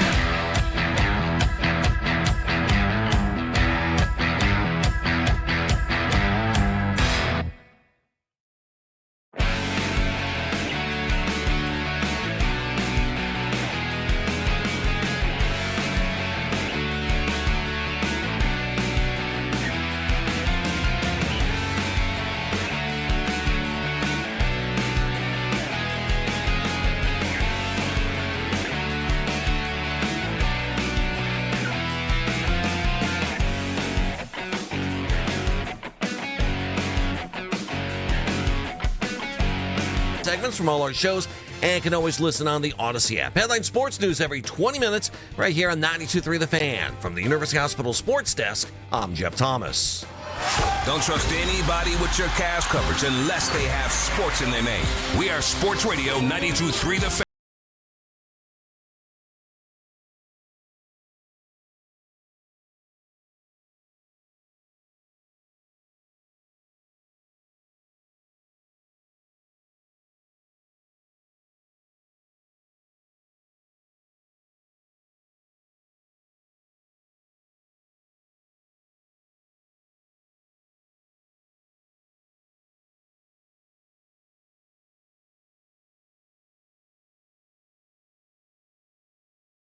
Just lettuce. I heard it was just lettuce. Yeah, but didn't they figure out where it was coming from? And well, I'm not naming names because I don't know yet. But I will Google gravy pants results. I can't be the only one who was sick because I was up here yesterday, and I'm like, I gotta. I know it's weird for me to say I'm afraid to eat, but I'm a little afraid to eat. I know that Keith's gonna make fun of me. All right, fine, we move on. Lima has zero interest in the conversation. Fine. Do you think that Coach Lance made a compelling argument for you when it comes to Dillon Gabriel? I can understand why he would make the same argument for 60 guys that are in the NFL, right? Mm-hmm. Like guys that had evaluations coming out of college. You know, there's a resume there for these guys. Like Dillon Gabriel played in some of the biggest moments in college football a couple of years ago, right? Beat Ohio State.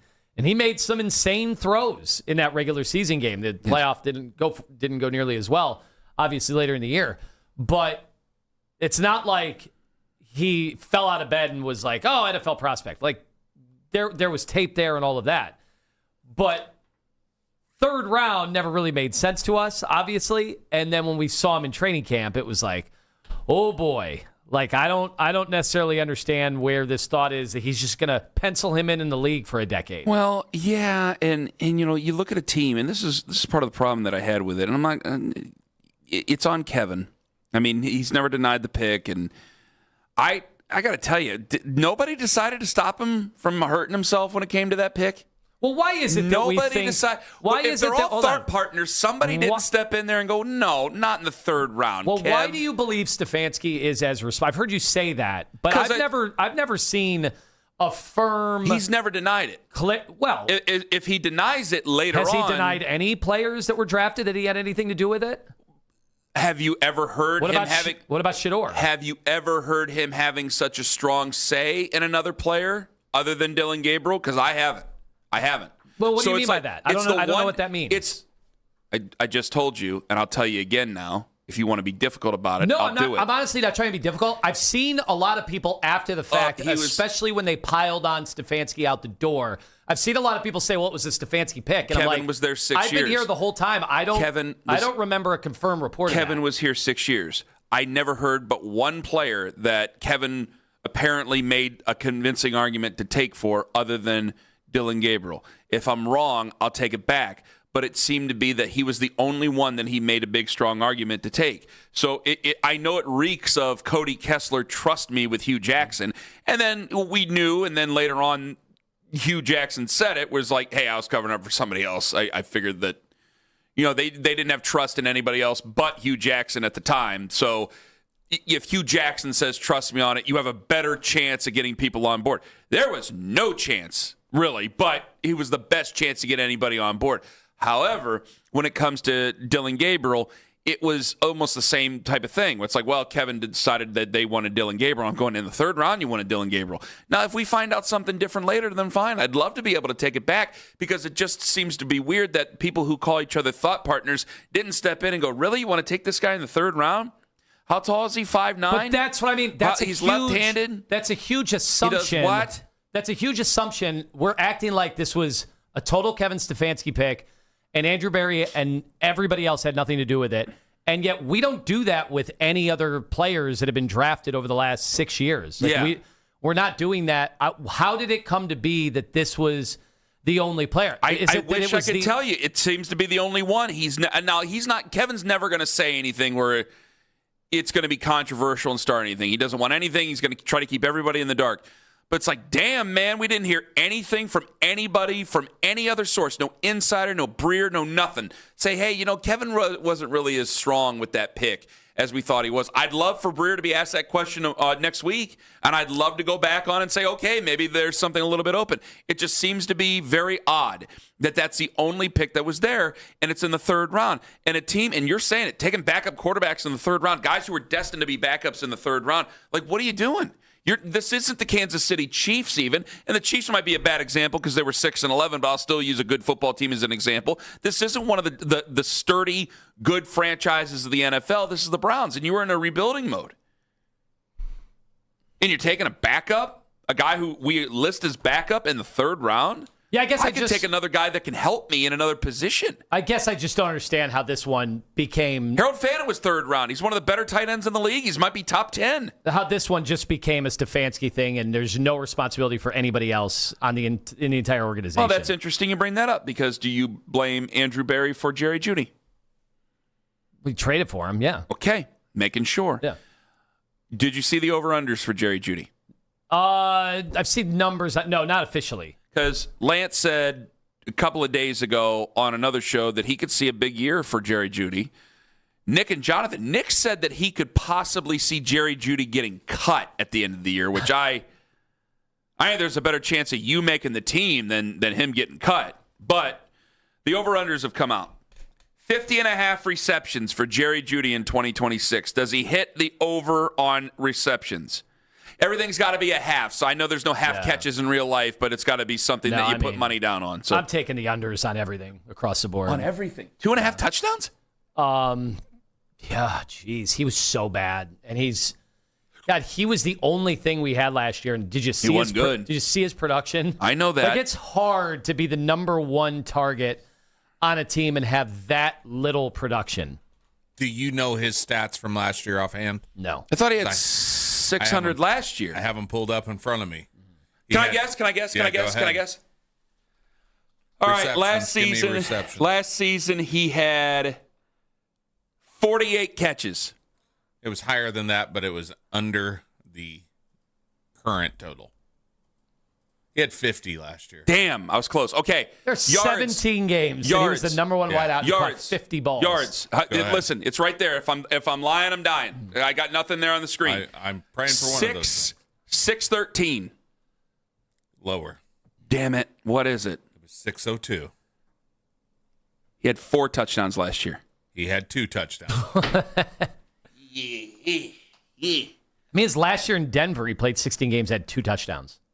So it's not just a Browns thing. It's not just a Browns quarterback thing. He had 4 and 24. 2 of 3, it was over. I'm not going to the Showcase Showdown. Okay, so even like he had 4 touchdowns in 24, and that's when he had 90 receptions.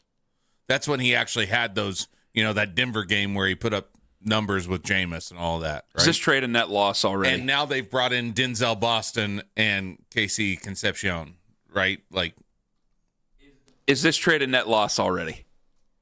I don't know how it could be considered anything other than a loss. Like, nothing will beat the Deshaun Watson trade. I hope something does so they never have to mention us anymore, but nothing will ever beat that trade. Like, they had to use considerable assets in this year's draft finally to draft 2 wide receivers because Judy's been such a flop. True. Okay, that's all I was wondering. So you don't think he's going to hit any of those overs? The over is... Man, 2.5 touchdowns. Like, you'd think any receiver in the league could get 3. God, guys. 2.5 isn't asking much. I know it's getting into the long thread, but the trade gave them the ability to trade Amari Cooper and pick up a 3rd-round pick for that. Oh, there you go. Which, boy, selling at the right time there. I am reading the headline from Daniel Oyefusi. October 15th, 2024, Bills land star wide receiver Amari Cooper says finally got their number 1 receiver. Turns out they didn't. No, they didn't. But that's really just deflecting off of what Jerry Jeudy has been since he's been here. True. He's had, 2 games where you're like, Looks like a number one wide receiver. The Denver game was amazing. Of course, they lost that game, but still. And that was his grudge game, his revenge game. Yeah. So if still crazy. One of the craziest. Would it be worth it to just pay Mark Schlereth to come stand in the end zone? That's what I was going to say. Like, I'm sorry. If you can't get the 50 and a half, depending on if you're going to play with 3 or 4 different quarterbacks, depending on how this year goes, okay, maybe. If you can't get 3 touchdowns here, Mark Schlereth should be able to do a victory lap live on air. Because everybody wanted to give Mark Schlereth hell over it, and it seemed like he was bitter and all that other stuff, and want to totally dump on Mark Schlereth's point, but you wanted to be open-minded to Jerry Smith Jeudy. Senior. Oh, God, Steve Smith. I mean, he called him out on the same field. This is when he was still in Denver. But remember, people are more likely to disagree with Mark Schlereth than Steve Smith Senior because they're convinced Steve Smith Senior would actually find your address. One of them will pop you in the mouth. Yeah, well, if I said it right to Mark Schlereth's face, he'd definitely sock me. But I actually think Steve Smith might try to find you. Yeah, he would try to find my address and come to my front door. That's one guy I don't think I'd ever say anything to. Jeudy also signed that 3-year, $52.5 million extension. Now, does anybody care about money anymore? No. We've just been bad and whatever. No. So if I would have told you 3 years, 1,000, it's not infinity. Like who cares? Did signing him make them not go after other guys? Were they going to get another guy instead of him? Are your hopes more in Denzel Boston and KC Concepcion, and he's almost a forgotten piece? I really think he is. Now maybe I really think he here's is, the guys. one thing I could say. Maybe if one of those guys really turns out to be a number one, and obviously we have a lot of hope. And man, Boston looked awesome in rookie minicamp and all that stuff. I know that's very different from the NFL. But if that were to happen and Jerry Jeudy slides into a role that makes more sense, because clearly Jerry Jeudy is not a 1. The next thing is he a number 2? Can he be number 2? I mean, everybody says he runs great routes. So if you've got that alone, even if he drops a bunch of passes, if he can at least run routes, get open, create separation as a number 2, all right, now he kind of slides into a role that is a little more appropriate. True. Zach Mausel is going to join us at 9. There is a possibility for a trade that is out there that actually I think Cleveland fans could talk into existence, and I ain't talking no football. And also, you guys want to talk about signing this guy long-term again? Can I make an argument to sign this person to a reasonable contract? Because I think that peace of mind might matter to him. I'll tell you who coming up in 5 on the Fan. Anthony Lima, 4, my friends over at Expert Renovations. Peace of mind. So glad you said that because that's exactly what you'll get when you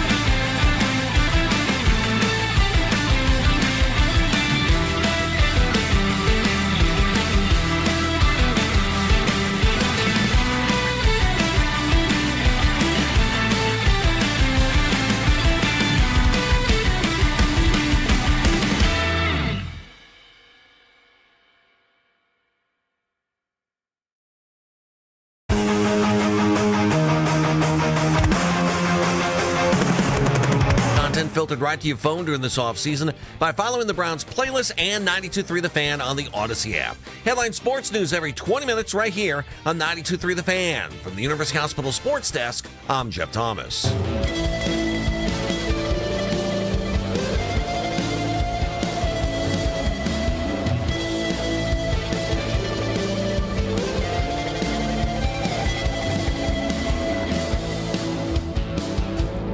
Go out with dignity. All right, tell everybody what you want to show them, or tell everybody what you want to tell them. How did Here we miss go. this? Here it comes. How did we miss this?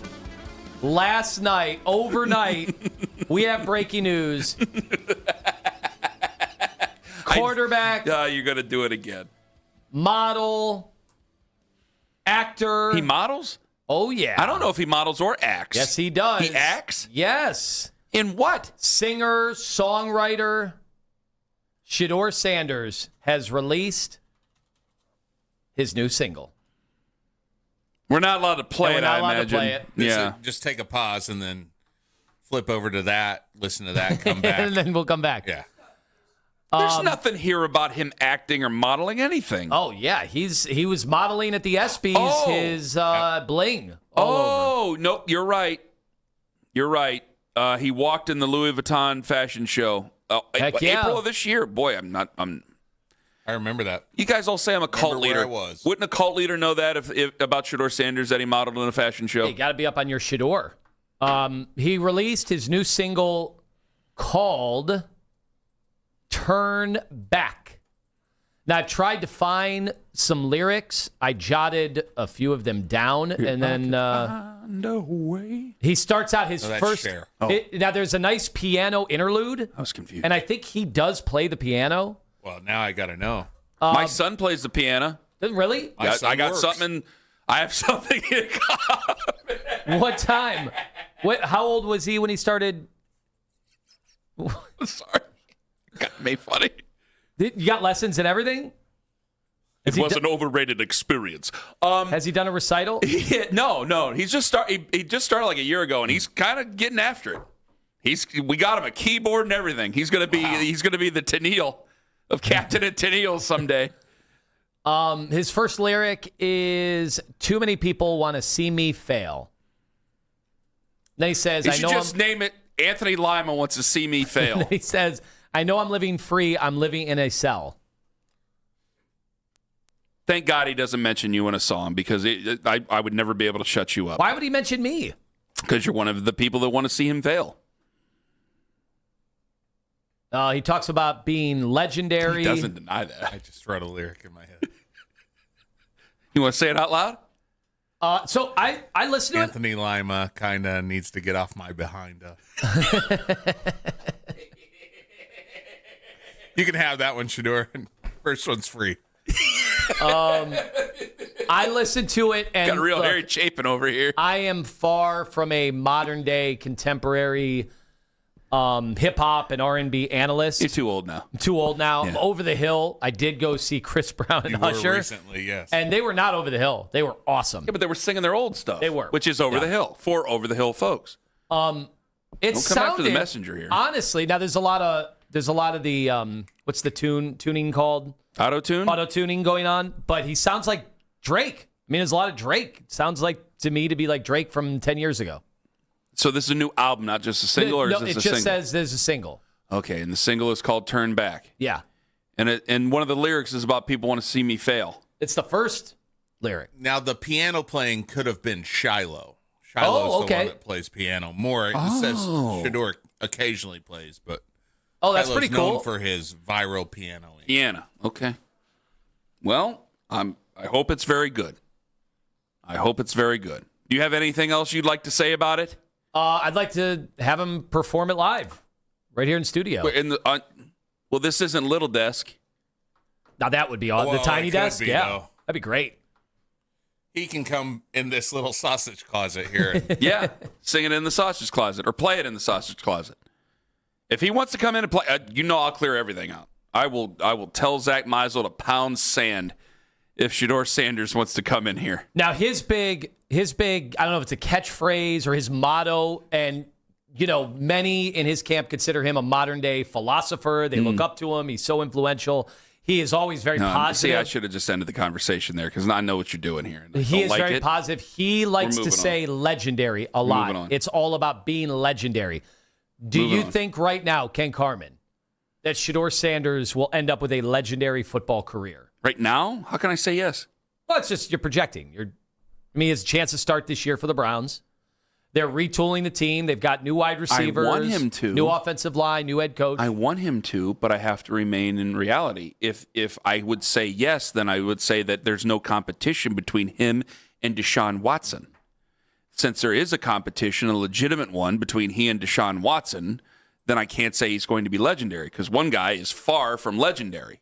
Well, his dad is legendary. Yes, his father is legendary. So it's a lot to live up to. But I think it is the type of, like we talk about bulletin board material all the time. Mm-hmm. Like he has a very, very high bar to try to hit. Of course. And it all starts with him being able to wrangle away whether if you believe that it's Deshaun Watson's job. There are people that say, wow, I've talked to Browns players. They all seem to think it's Deshaun Watson's job behing the scenes, the rumors. I haven't talked to anybody that said that. No, we haven't. Okay. But people tell us all the time, oh, no, right.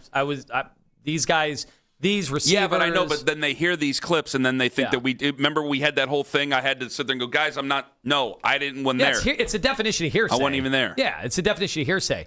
I'll be at camp, but I wasn't at the other ones. But they make it seem like, oh, yeah, everybody knows. Everybody in that building knows it's Deshaun Watson's job.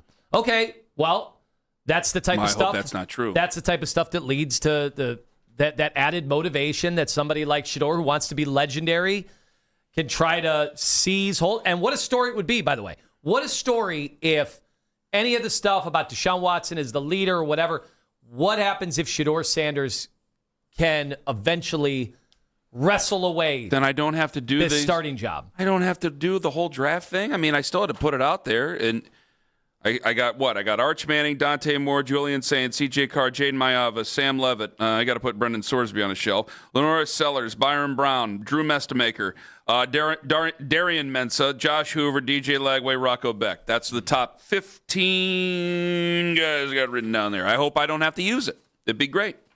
But you can wish your one hand and you know what in the other. Can I move it on now? Yeah. Before you start taking other swings to try to rattle the cage and get everybody worked up again like you do? Okay. Now, we had a conversation. Was this just last year, Rowan, about Stephen Kwan? Yeah, it was like the beginning of last season. Oh, my God. Yeah. Oh, sorry. So we toyed with the notion of paying Stephen Kwan a contract, a handsome contract worth $30 million, because we used that number in there. We used the $30 million figure because that was one of the rumors that he was looking for $30 million a year. But the thing that gets glossed over in that $30 million is a good number to say, and people can go, yeah, that's fine or whatever. The comps in his batting, which was the thing he would really get the contract for, is his fielding's great. He's a Gold Glover, right? Yes. But the comps in his batting for guys that hit relatively the same were like 16 to 18 million. Yes. Now, it's been basically ever since we had that conversation, it's almost like we put the Maloik on the guy. He's been terrible. Correct. And then he was terrible to start the year. Over the last month, he started to come alive, though. He's over 300. He's batting more like a leadoff hitter, even though he's not leading off in the order. His future has been debated around this time each of the last 3 years now, including this one. Because of what he's done in June, I just want to ask the people, and I got to ask Zach about this coming up at 9 o'clock, Zach Meisel from The Athletic, unless Shedeur Sanders comes in here with a keyboard. Are you willing to offer Stephen Kwan, come to a contract and offer Stephen Kwan something more reasonable? Let's go $20 million. Would you be willing to do that? Now, I'm going to say yes, and you guys are going to fart, and I want to tell you why. But I want to hear your guys' answer first. Mine is no.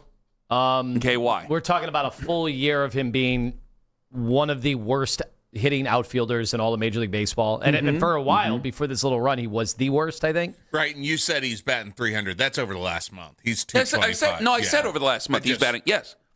I think it ran on together as. No, I meant over the last month, he has been much better. He's batting over 300. That are you willing to give him? Are you done with that point there, Tone? Yeah. Okay. Are you willing to give him $20 million a year? He's booking his flight over there, Owen, so go right on ahead. It's tough to get even that. Had they done it beforehand, before the slump hit, I was totally on 20. I think I said 22 was as high as I would go because you did feel like you have to overpay for him, right? Let's just stay at 20. And so 20 is easier, right? Man, it's tough now, especially because, maybe if we're waiting until the end of the year, now he's back on the market again, and that's a problem. Here's why. Okay, is he a full-on free agent at the end of the year, or is there still more control? Because we got to look at that.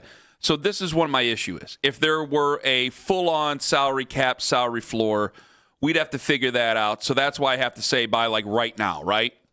The reason I would consider it, and I'm going to say yes, not just consider it because that's no fun. I got to say yes to the answer. I think what got in his head, I think he's been up there guessing. From the nub of the bat, the big thing that he keeps his hand on. He's changed that out several times. He's changed his approach. There's been times it looks like he's flat out guessing. I think the conversations over the last couple years about the contract started to get to him.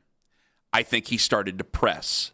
Now, I think that he's reached a point where I wonder, and I'd have to ask Andre and several other people, and I'm going to ask Zach about this at 9 too to start to get the answers here.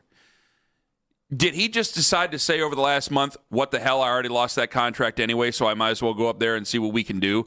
Or what actually happened? Because I start to wonder over the last year. Now, he's had years in the past. He hasn't been here this long, but he's been here probably a little longer than you think. He's 22. He's had years here where it started off hot, went cold, started off cold, went hot. He's not really put together a full season the way everybody wants him to put together. But I also think he's always thought about his money. And I'm not going to blame him for that. Every player thinks about their money to some level. And we know that because of what was written and then deleted in the whole journal thing. If he doesn't care, or he's just saying, you know what, I just got to do my best and whatever happens, happens now because the whole possibility of being traded and getting $30 million ain't going to happen anymore because it ain't. No one's offering him that now. Yeah. He does have one more year of arbitration. Okay. So that's where this comes down to. Because, they could take him right to arbitration and go, look at what you did. Yeah. Oh, yeah. Would not be pleasant. But this is why I'd say $20 million a year. What about the peace of mind?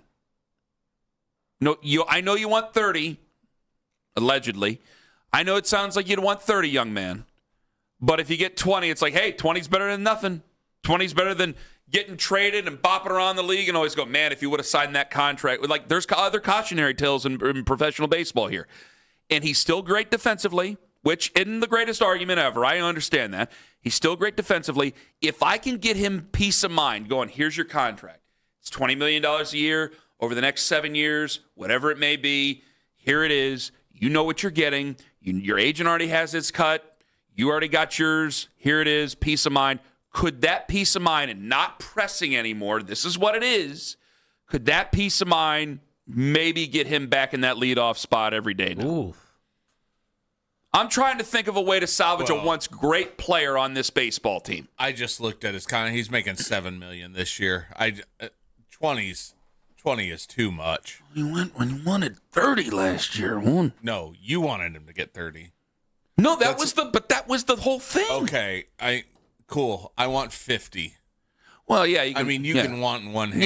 Yeah, and you know what else in the other. That yourself. No, I can't. I can finish it once, but I can't finish it twice. Do we have any? I think it would be important to see what those metrics are for. Remember the slowest bat speed, like in the majors. But I thought that's because he was up there guessing. Yeah, what has it been? He hasn't shown anything physically like he's terrible or like he's falling off. I don't think he has. Check out, maybe Meredith can help us out with fan graphs or something. Can we find out what it's been like? Well, they're not going to be fun. Because I want to know if over the last month, if it's just luck or if some of the underlying mechanics are getting better.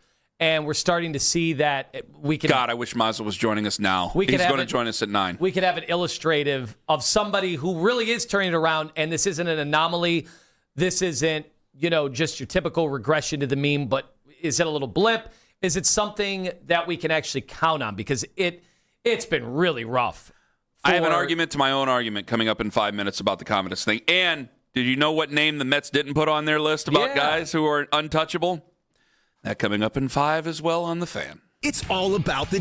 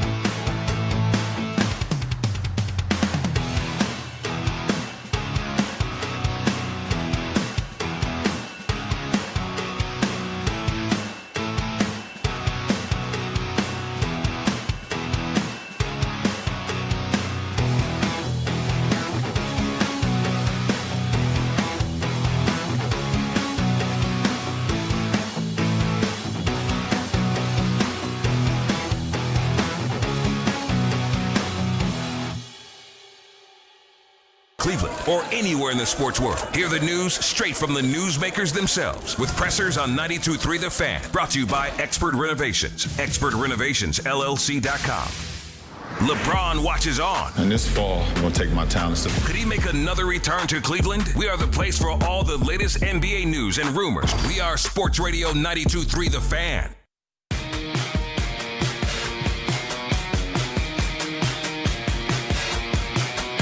So we have the stuff on Quan here in a second, but social media reactions on X are brought to you by Shiben Jewelers, Cleveland's premier jewelry store. You have sent people to go find the new single for Shedeur Sanders. Trying to help out? Ryan tweets at us here. He goes, Ken, I just listened to the song.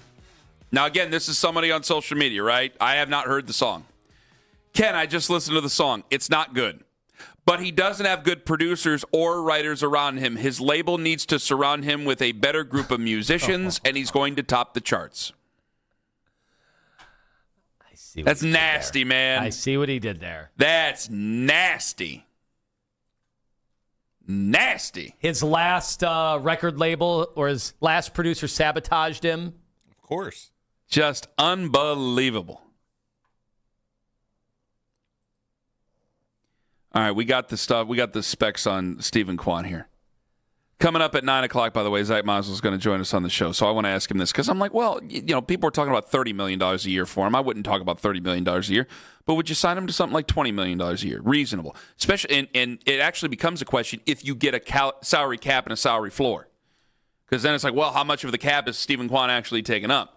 And Owen brought up a salary this year, which is $7 million, which is nothing to sneeze at, but it isn't as much as $20 a year. Meredith found it, courtesy of Baseball Savant. He has the lowest grade for bat speed, 62.7 for average bat speed. Hard hit percent is 9.7. Lima asked, can we find July? She's got it. Exit velo, 83.1. And she's still looking for other months here for Stephen Kwan.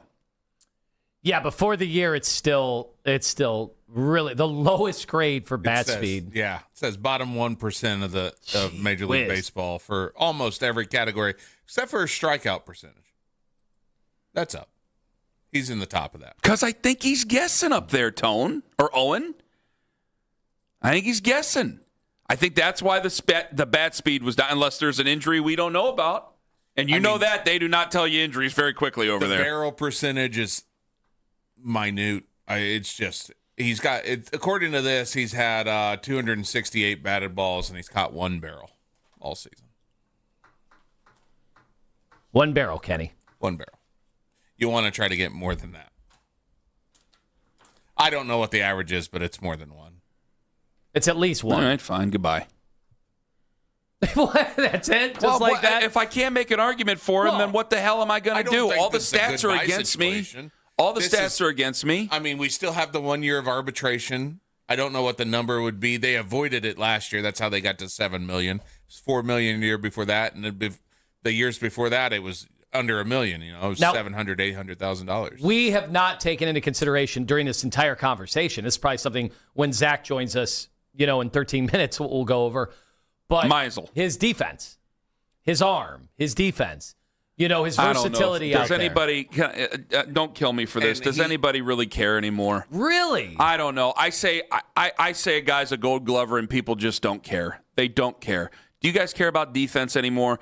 Like, you only care about defense if the guy is, like, really, really, really horrific. We had this with a previous center fielder, especially now that he's playing more center field on this team that, people wanted out of town, and for good reason. Miles Straw was one of the best center fielders in Major League Baseball. He would have done better if he walked up there and just kept his hands by his side. He would have done better at the plate. Correct. Yeah. No, you're right. And there are times this season especially that you feel the same way about Stephen Kwan. Yes, and that's why I don't have an argument for defense anymore. Like, I'll say, Gold Glove, and people, they don't care about Gold Glove. They do not care. Fans don't care. Whether or not that's right or wrong, I can make that argument all day, and I think the only position they really care about Gold Glove anymore is maybe shortstop and second base, and that's about it. Okay, maybe third base too. They don't care about outfielders' Gold Gloves. I don't, even then, because it has become a little bit more offensive over the last 20 years, thanks to Mike Piazza and 30 years now. I don't think they care as much about that. I think they just want to see guys go up there and have a strong OPS and have a bunch of home runs and have a bunch of RBIs. We don't care that much about batting average as much as we used to anymore. I think that's honestly more of a Gen X millennial argument anymore. I don't think Gen Z cares about batting average. No, it's all OPS now. Yep, it's all OPS. Yeah.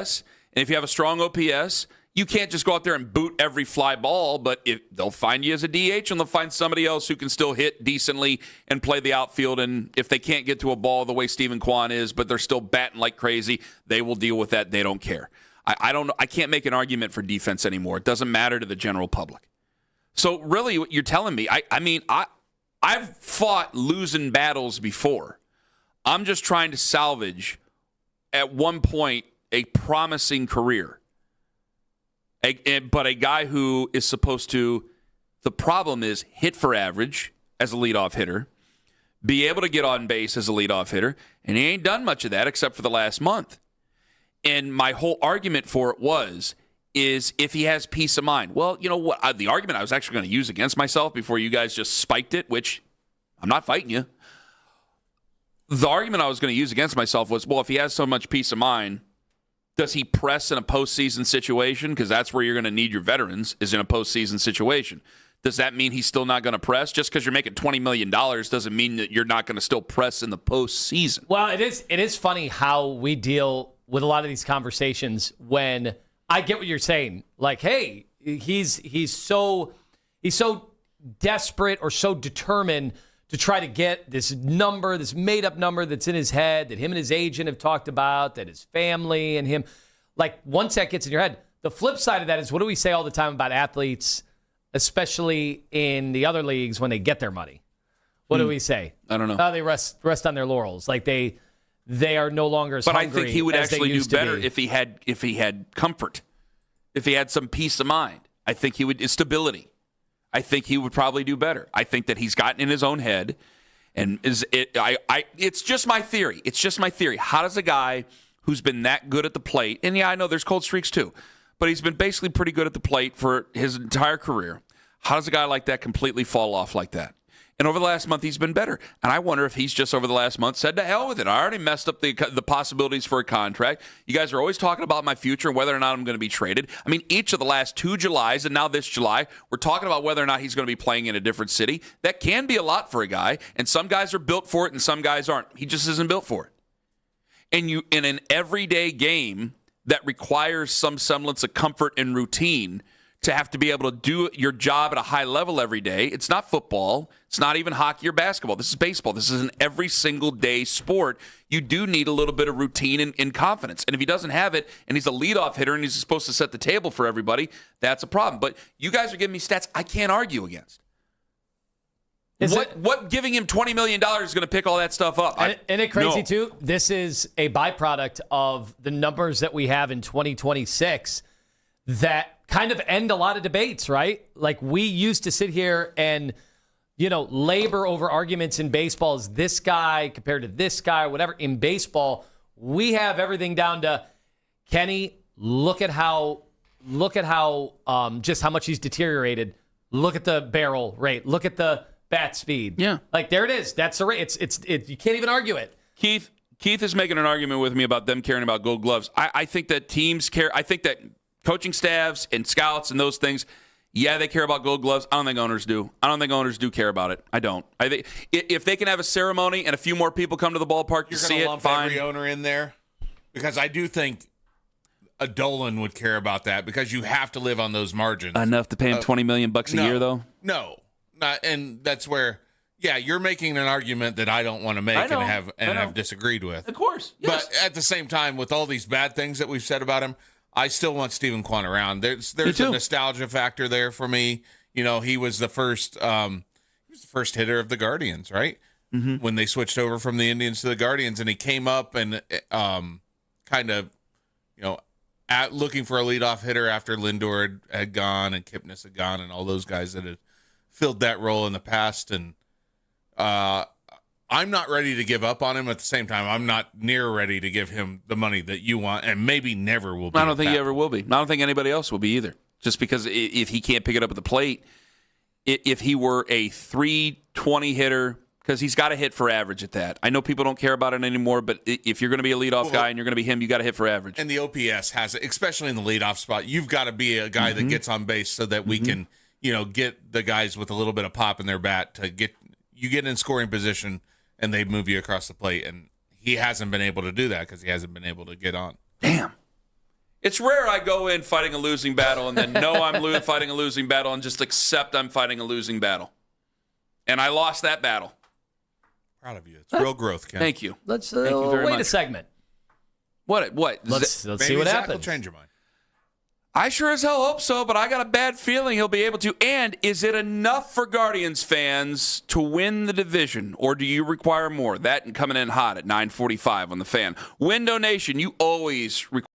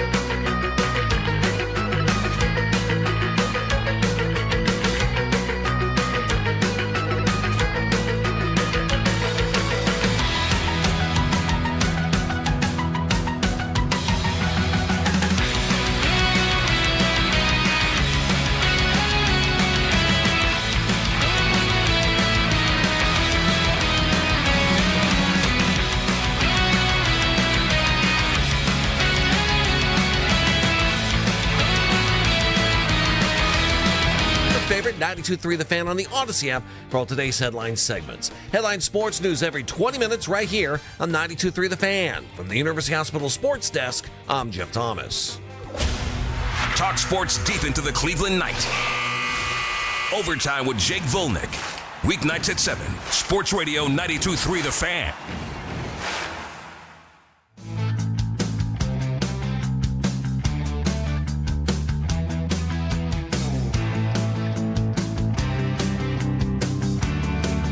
I'm going to pick myself up off the floor and see if this man can help me. I need a hot tag. Zach Meisel going to join us from The Athletic. Hello, Zach. Summer Hack Radio. Let's go. What are you talking about? We're talking about signing Stephen Kwan long term. What about hack is that? What is hack about that? Are you still on? What were you saying? 5 for 150? We say a lot of things. Okay, Zach. All right, that was last year. This is All the right. Arby's discount he was going to give. I was saying, can we sign him at $20 million a year? And immediately everybody's like, nope, go to hell, Ken. All right, is $20 million a year now after a hot month for Stephen Kwan somewhat reasonable, Zach? No, what? No, they're in a weird spot with him because. All right, fine. Where do you think LeBron's going? Minnesota. Thanks for that. Thanks for stopping by. I'm sorry, Zach. No, I'm sorry. All right, go ahead. Tell me why it doesn't work. No, they're in a weird spot with him because he's got one more year of team control, and he's probably going to make like $9 or $10 million in arbitration. So, one, do they want to pay that? Two, do they have enough competent outfielders that they can afford to just dump him or trade him or non-tender him, whatever it would be? Three, how much value does he have? Is there another team that says, oh, we know what was wrong with him the first 3 months and we can fix him? Like, you know, how many women have you heard identify that guy and they can fix him? And that's what this is here, because it has not really made sense. The metrics are really ugly, but they're usually ugly with him, and he's just not looked anything like himself. So I don't think he would want to sign right now because he wants to rebuild his value. I think the team would be terrified of what a long-term contract would look like. We now know that this version of him exists. And so I think you take it year by year at this point. I just don't know. I don't know where that last year happens, because we got to see how the next 2 months go. We got to see if he can continue this and then the first 3 months just look like a fluky mirage, or do the last 3 weeks look like a mirage? I don't know yet. Well, do you think this organization has a different kind of a rope on something like this, where they are going to give a guy way more leeway, especially because they do have him under control and their margin for error is very different from other teams. So they can at least let this play out a little longer. And also, given that, what metrics do you think do matter? Is it the swing speed? Is it the barrel rate? Is that something they're going to need to see for 2 more months, 3 more months? How do they evaluate that? So, yes, to the first part of your question, I think especially this is a very unique circumstance coming up this winter, right? So there might not be baseball, or there might not be a full season, or you might not have to pay a guy a full salary, or the landscape of the league might change. Maybe there's a salary floor, and so you're more willing to give someone like that a little bit of money and take the risk because you have to get to that floor, right? So, if Kwan finishes strong, they probably don't mind paying him $9 or $10 million if they have to have a payroll of 150 or whatever. And who knows what that'll look like. But there's so much uncertainty in so many different facets that, it's kind of hard to chart out his future right now. Usually they always want to trade a guy a year too early instead of a year too late. But it's too late for that now. It's not like they didn't trade him last summer. And so now they have to determine, what makes the most sense and what is the market for him. And I don't think we'll know that market, or there might not be much of a market until we know how the next 2 months go. There's also look, the guy's still an elite defender. He's been awesome in left field and center field this year, and that counts for something. And so let's see if he can take the last 3 weeks or whatever it's been and make it translate. I think the one positive all along is that his walk rate has been a career high. He's got a higher on-base percentage this year than he did last year. So there's a floor there that's good. It's just he knows how pitchers are attacking him, and it's just they're getting ahead because he's too passive. You know, they've worked with him on being more aggressive early in the count. And then when the pitchers get ahead 0-1, 0-2, they're just attacking him outside, and they're saying, hey, try to hit a line drive the other way. If you can do that consistently, kudos. But until he does that, they're not going to come. Like, his favorite pitch to hit is going to be a fastball in on the hands that he can turn and pull to right field. If you go back and look at the summer of 2024 when he was flirting with 400 and he hit 14 home runs that season, pretty much every time he yanked one over the fence, it's a fastball in on the hands. So the pitchers don't do that anymore. You see him get attacked outside constantly, and until he can consistently take that the other way, that's what he's going to get, and he's done a better job of that lately. The great Zach Mazel from The Athletic. He's on the Wise Heart Right, We Make It Right, call Kyle Wright hotline. Is it enough? You talk to a lot of Guardians fans. You do. You are in. You talk with the fans. You're with the people. Do you think it's enough to win the division this year, or do they have to go much further? You got to go further because you've done that. Last season was a failure for the first 5 months, and there were other conditions that contributed to that, but we gave them a pass, and we said, hey, that was a really scintillating run in September and a really cool story, and the way you fought through adversity, and kudos for that. No one thought that team had it in them to come back and make a historic run to the division, right? But what's the circumstance if they win the division and get bounced in the first round this year? What are we patting them on the back again for doing the same thing 3 straight years and not going further, especially with the landscape of the American League? What teams terrify you? It's like Tampa they're good. They are good. But I don't think that's an infallible team. I don't think these are the big bad Yankees. They'll get Aaron Judge back and they'll look bigger and badder, but their lineup still has holes. They need some upgrades, I think, in the bullpen, and they'll probably make those moves. But, that's it. Everybody else has just treaded water all season. So if you win the division, you could very well get a first round bye. And, then I think if you do that, you got to go win a playoff series or two. And, it's right there for you to make some upgrades and make a run. I don't think anything has changed on that front. Can I make an argument, though, that this is a rebuilding and overachieving team? They shouldn't be as good as what they are because it's self-inflicted, though. They do that every year. Every year we hear, we have one of the youngest rosters in the league. Well, that's by choice.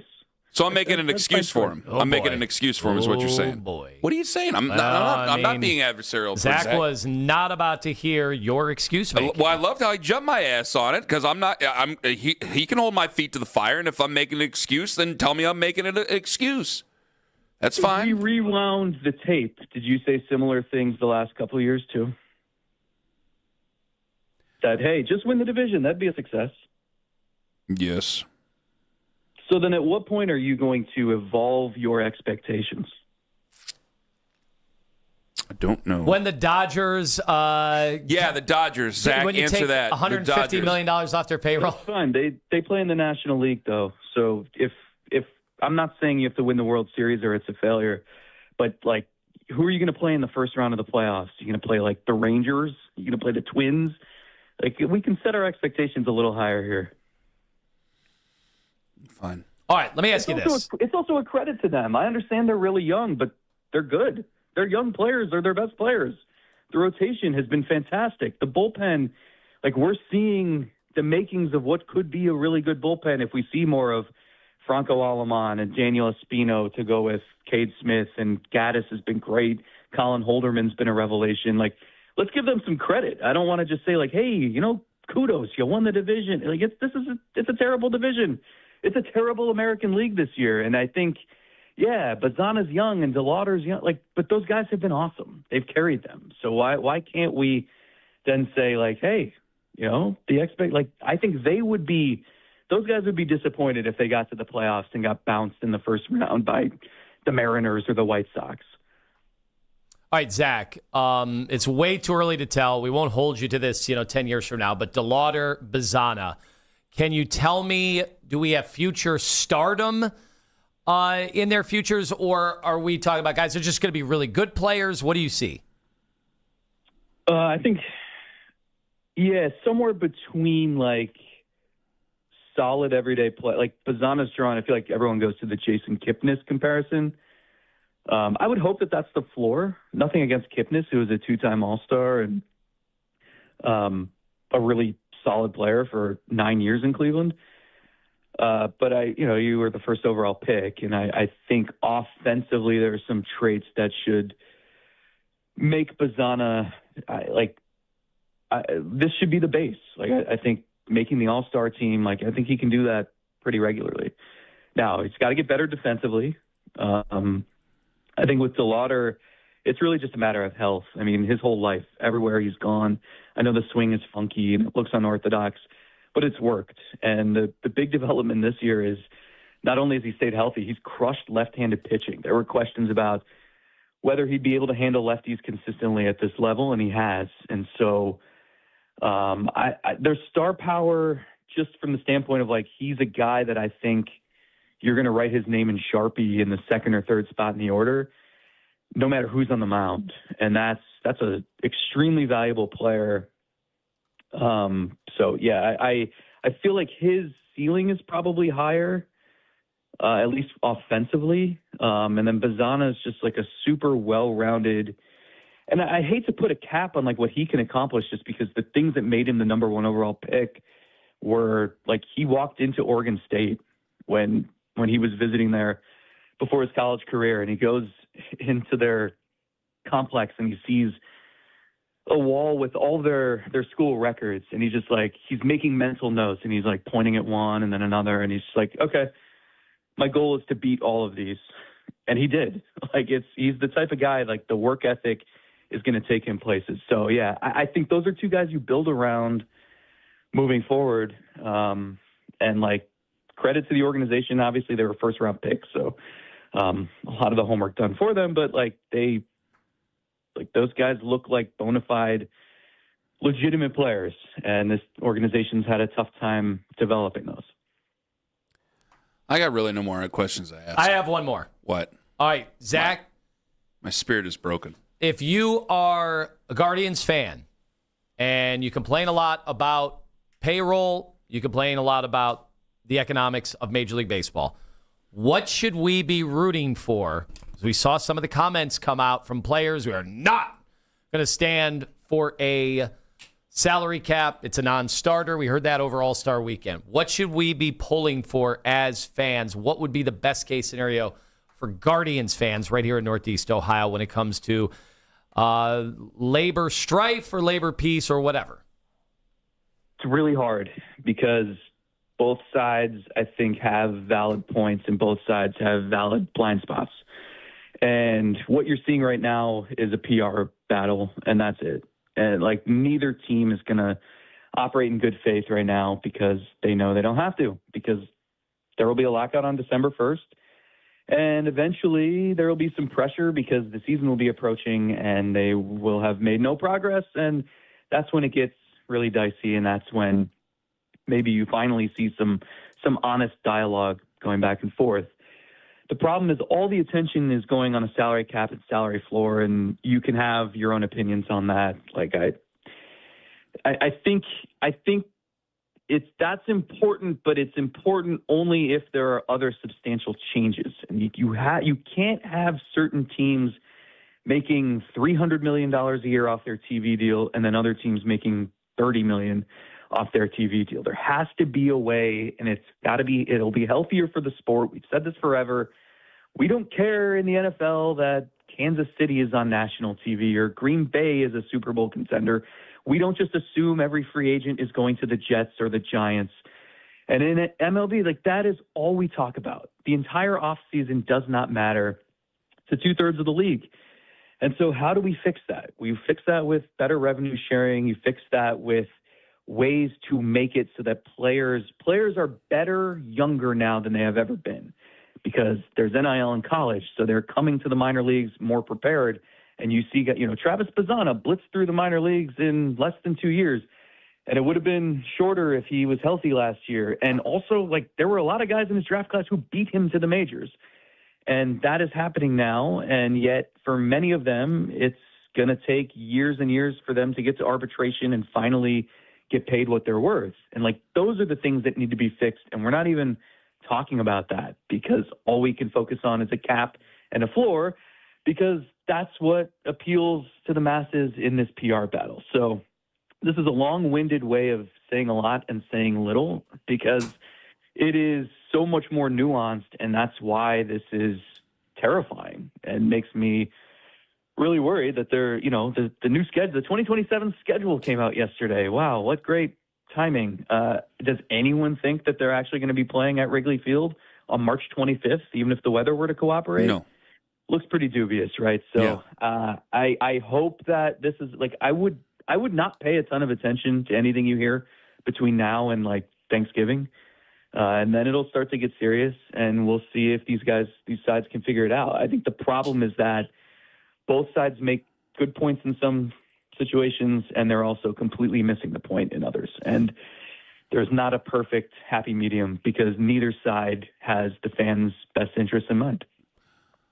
15 seconds. Where will Francisco Lindor be playing in August? Probably with the Mets, but it doesn't seem like he's long for there. Look, hey, if the Guardians have to spend $100 million more to get to a payroll floor, then maybe we can have the conversation. But as much as I think he would love to come back to Cleveland, I don't see any scenario where that makes sense at the moment. Would you rather sign Stephen Kwan to a $20 million a year contract or trade for Francisco Lindor and pay him $30 million a year for the next decade? I think Lindor. Damn it. Fine. Okay. Well, thanks a lot. I appreciate your time and the embarrassment. All the best to you. Would you rather have LeBron back or Lindor back? Whoa! LeBron. Let's go. What? You'd rather have Lindor than LeBron? No. I didn't say it was a hard question. He knows what week it is. All right, Zach, thank you very much for the time. You got it. Sorry, Ken. No, you don't need to apologize for beating me so severely. I turned the mic off during the interview, and I said, he'd put me in a body bag. Zach was on the Wise Heart Right, We Make a Right Call Kyle Right hotline. Does anybody actually want Lindor over LeBron? Oh, we're not having that conversation, are we? No, but I immediately and against the internet. I don't care about LeBron. I don't want LeBron. I'm not wasting time thinking about LeBron. I think that's people protecting their feelings because I'm annoyed, but I'm not going to let that bend the truth about LeBron James. All that and coming in hot at 9:45 on The Fan.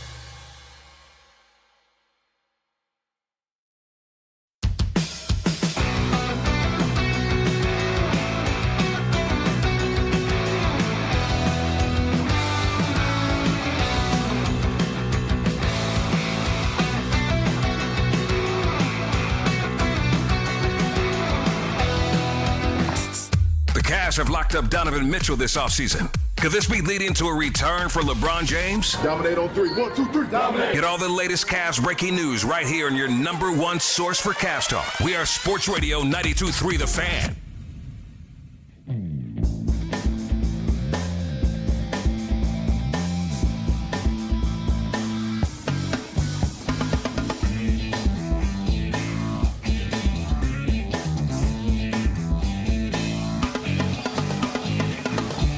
I like that people are finally coming to my side, but I don't like the conclusions that they're drawing, and I want them to stop. Unless they've always hated LeBron. If you just hate LeBron and you always have, then forget it. Don't worry about it. I'm not talking to you.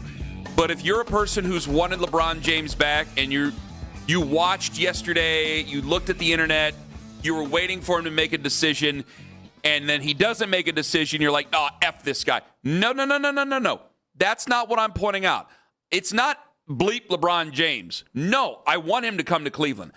But I'm just pointing out, I've said all there is to say. I'm out of things to say. It's annoying you. I know you want me to play along with you, but I don't think you have anything new to say. I have nothing for this anymore. Honestly, just make your damn decision and let's go. I will probably jump to your side on Monday if we don't have an announcement to talk about. Because there's nothing else to get into. I thought this was it. I thought with all the media stuff going on in New York City and the panels and everything that he was going to be a part of, I thought it all kind of trended towards Friday, which is now today. We're here Friday. I kind of expect something today. Now, I know people are saying, yeah, but the World Cup is on Sunday. I honestly don't think LeBron, he'll probably watch the World Cup and post about it on social media because he likes to be in on everything. I think LeBron does some social media pandering, likes to make people think that he is doing all the stuff that they're doing. But we'll see, because he's been doing a lot of golfing. He's in on these panels. Now, was he annoyed when Halliburton asked him the question yesterday? That seemed like a setup to me. But was it a setup? Yeah, was it a total setup? You be the judge listening to this yesterday at Fanatics. Because they came out and people were waiting, and some people were able to live stream some of it, I guess. Speaking of still doing this, is there a decision that has to be made? We literally talked about this in the back, Teresi. Okay, my fault. I didn't know if you wanted to. Okay, I'll leave it alone. Yeah, it was a setup. Yeah. They're friends. Of course it was a setup. Yeah. Him and Tyrese Halliburton? I thought they were friends. I never know how many friends some of these guys I assume LeBron has a lot of friendly relationships and not very many friends, right? Like, what do you think Draymond? Remember, it was Carmelo and Chris Paul forever, right? That was so long ago. That was the tight circle. And Bosch. Remember the boat? And Bosch. The banana boat. The banana boat. Yeah. And then D Wade was a friend, but was that more of like a friendly business acquaintance? And then Draymond was an enemy, but yet they had the barbershop thing going on together where at least he was an executive producer and he came on the show. And first people were like, why are you even talking to this guy? Well, yeah, I think LeBron's in the point now where he has a lot of friendly relationships and not very many people that are, you know who they are. They're Rich Paul and Maverick Carter and those guys, right? Mm-hmm. Spanning generations of basketball players. I mean, that's just how long. And I say this, like, I'm annoyed and I want him to make his decision. Hearing what Adam Silver said, and I don't mean to call it in the ring like this, Owen, like with the Adam Silver quote and him talking about being on hold, waiting for LeBron. We'll play that for you guys here momentarily. We do have something we have to tell you guys about. Go right on ahead and tell them their tone, please. Go right on it. Oh, do we have to you do that here, and then at the end of the set, Fan Cash Fridays, powered by Fanatic Sportsbook, America's fastest-growing sportsbook. Be the 10th caller, 216-474-0092. Your chance to win $100 in Fan Cash from Fanatic Sportsbook every Friday. Winning hits different here. I want you guys to hear this from Adam Silver. This is yesterday on CNBC. Here's the commissioner of the NBA. Listen to this closely. The way I think about it is we have to finish up the schedule, and where LeBron plays will affect the schedule. So I would like him to make his announcement already so we can finish the schedule, because as you might imagine, the teams are calling us, the networks are calling us, and everybody wants to lock in the schedule. But it will influence how we set the schedule, how we set opening week, Christmas Day, etc. So I need him to make a decision, but the direct answer is I have no inside information. So what you have here, let's listen to this closely. You have media moguls. These are guys who make $50-60 million a year in charge of these major broadcasting networks.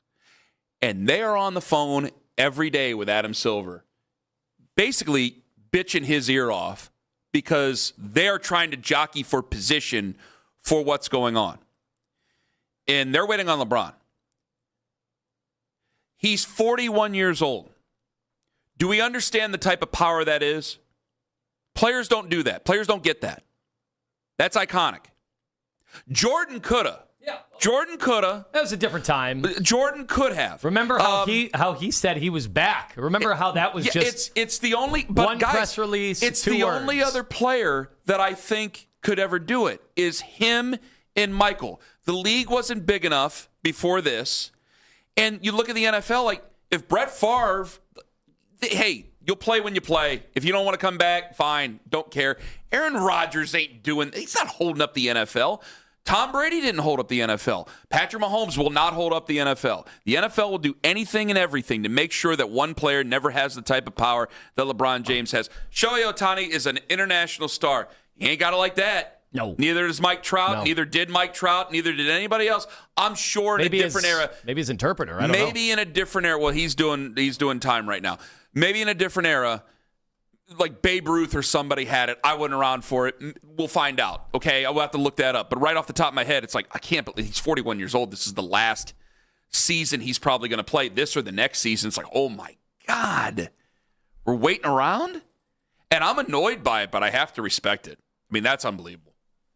That is just It does, and it does. Like Victor Wembanyama, I'm guessing is the next guy. If I'm predicting who's the next torchbearer of the NBA, I'm predicting it's Victor Wembanyama. You think about the shoes he has to fill. Holy Jesus! Think about that, because that is.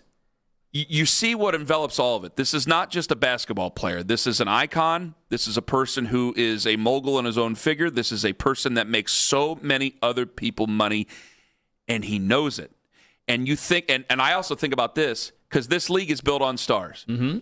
It makes it that much more disappointing for Ja Morant, Zion Williamson, a handful of others. I think of those two right off the top because it's like, you guys were American superstars. They wanted to hand you. Yeah, but I think Ben Simmons, Ben Simmons, there was other things there. I think that he was blamed for things he shouldn't have been blamed for in Philadelphia. I think he was often injured. I think that we probably tried to force it more with them. But like Ja Morant, he would have had it. Zion Williamson went to Duke. He was a superstar, like it was there. And you really, in so many ways, bleeped it away. And both of those guys did. And maybe they'll have a chance to get it back. Probably not. And it's like Victor Wembanyama's right there. And you think about the pressure that's there. That is unreal to me. Absolutely unreal. Because it's not just basketball. It's everything else. Nobody else will have that power. Boy, you think about that. And I know it's always silly to write off that nothing can ever be what it is now. But it's also silly how often we say generational player, and then we find out that, yeah, well, there's a reason you say generation. There shouldn't be another one as great for a long period of time. Do you think in any of the sports we'll ever have another LeBron James? And everything you just said, all these magical things that you just went over about what makes LeBron different from everybody else, will we ever have another LeBron? A guy that comes in with all the hype, pays it off, I wonder pretty if the NBA much won't scandal-free. His biggest scandal was the decision, and we're the ones that were hurt most by it. And then he came back and won a championship with us, kind of cleansing the souls. I tell you this.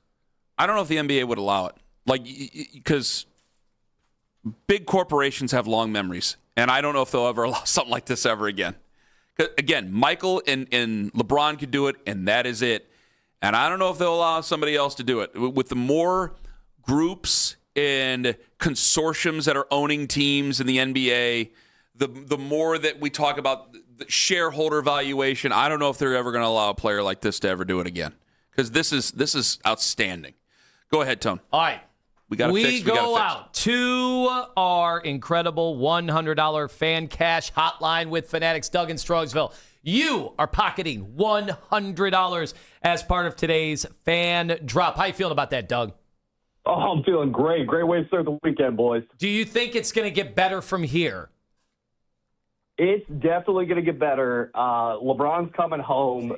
We're keeping Quan, signing him to a long-term deal. It's going to be a great weekend. Boom! All right, Doug. Thank you very much. There he is, Doug in Strongsville, our Fan Cash winner. We do it every Friday. Don't forget, powered by Fanatics Sportsbook, America's fastest-growing sportsbook with Fan Cash. And here is the beauty of Fanatics, that you can be like Doug and you can be like so many others and continue to bear the fruits of Fanatics. Now, we talk about Fan Cash, how you can stack that every single time. It truly is an amazing sports currency when you go with the Fanatics Sports app if you download it today.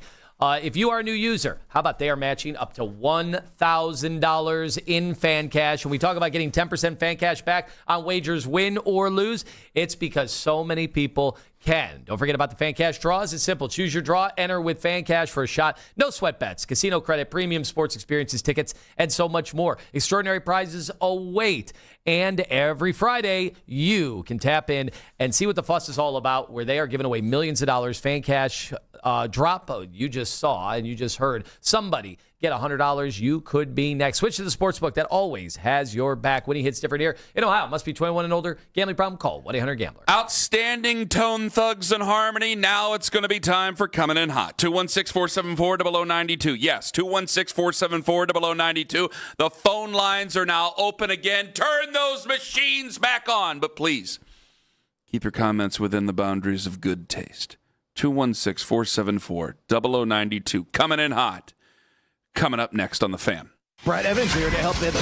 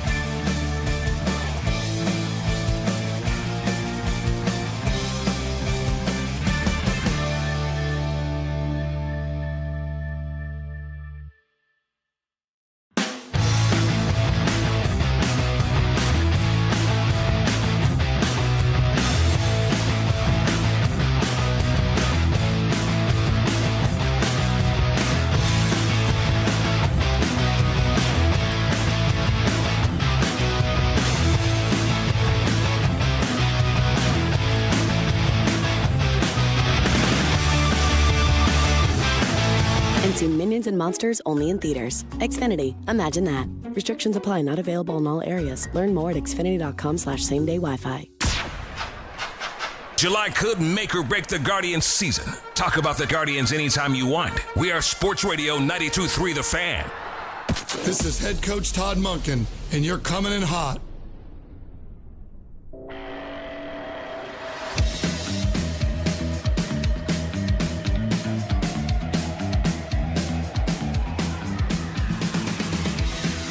Almost time for coming in hot. I think it is time for coming in hot. Are you excited for your trip to Chicago? Yeah, absolutely. What restaurant are you going to? You know what? The sister always handles that. She's quite the socialite and foodie. So she always has the good spots. What was that restaurant you and I went to there? The Burger King? Oh, no, Au Cheval. Oh, Au Cheval. That's what it was. It was a good burger. They called you the Burger King. Yeah. It's time for coming in hot. Let's get going.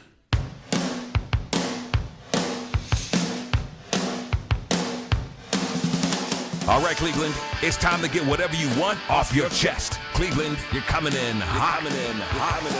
The phone lines are open now. All right, damn it. Let's get going. 216-474-0092. Keep your comments within the boundaries of good taste. Get your game face on because you know somebody's going to be calling in, and I'm going to have to stare into the camera because they love to get me looking silly on YouTube. Hello, you're coming in hot. Guys, I feel bad because LeBron's going to have come back 3 times, and Lima's father hasn't come back once. I said 3 statues for LeBron. 3. Hello, you're coming in hot. Alex Jones in for Ben Shapiro today. The big Yahoo is sending his Canadian chemtrails to Cleveland. No one's more excited than Rhino Ken Carman. He's piping those clouds right into his backyard swamp and turning it friggin' frog day. Been a long time since I've done that impression. Hello, you're coming in hot. It's John. Taylor, the ambiguously platonic duo. Wow, Taylor, thanks for inviting me down to Miami. It's a great chance to wear my new Speedo. Oh, I can't believe you're wearing that Speedo. You look like such a dork. Well, if you don't like looking at it, then stop looking at it. Well, if you don't want me looking at it, then stop doing yoga poses on my face. Stop touching me. Stop touching me. Stop touching me. Stop touching me. The ambiguously platonic duo.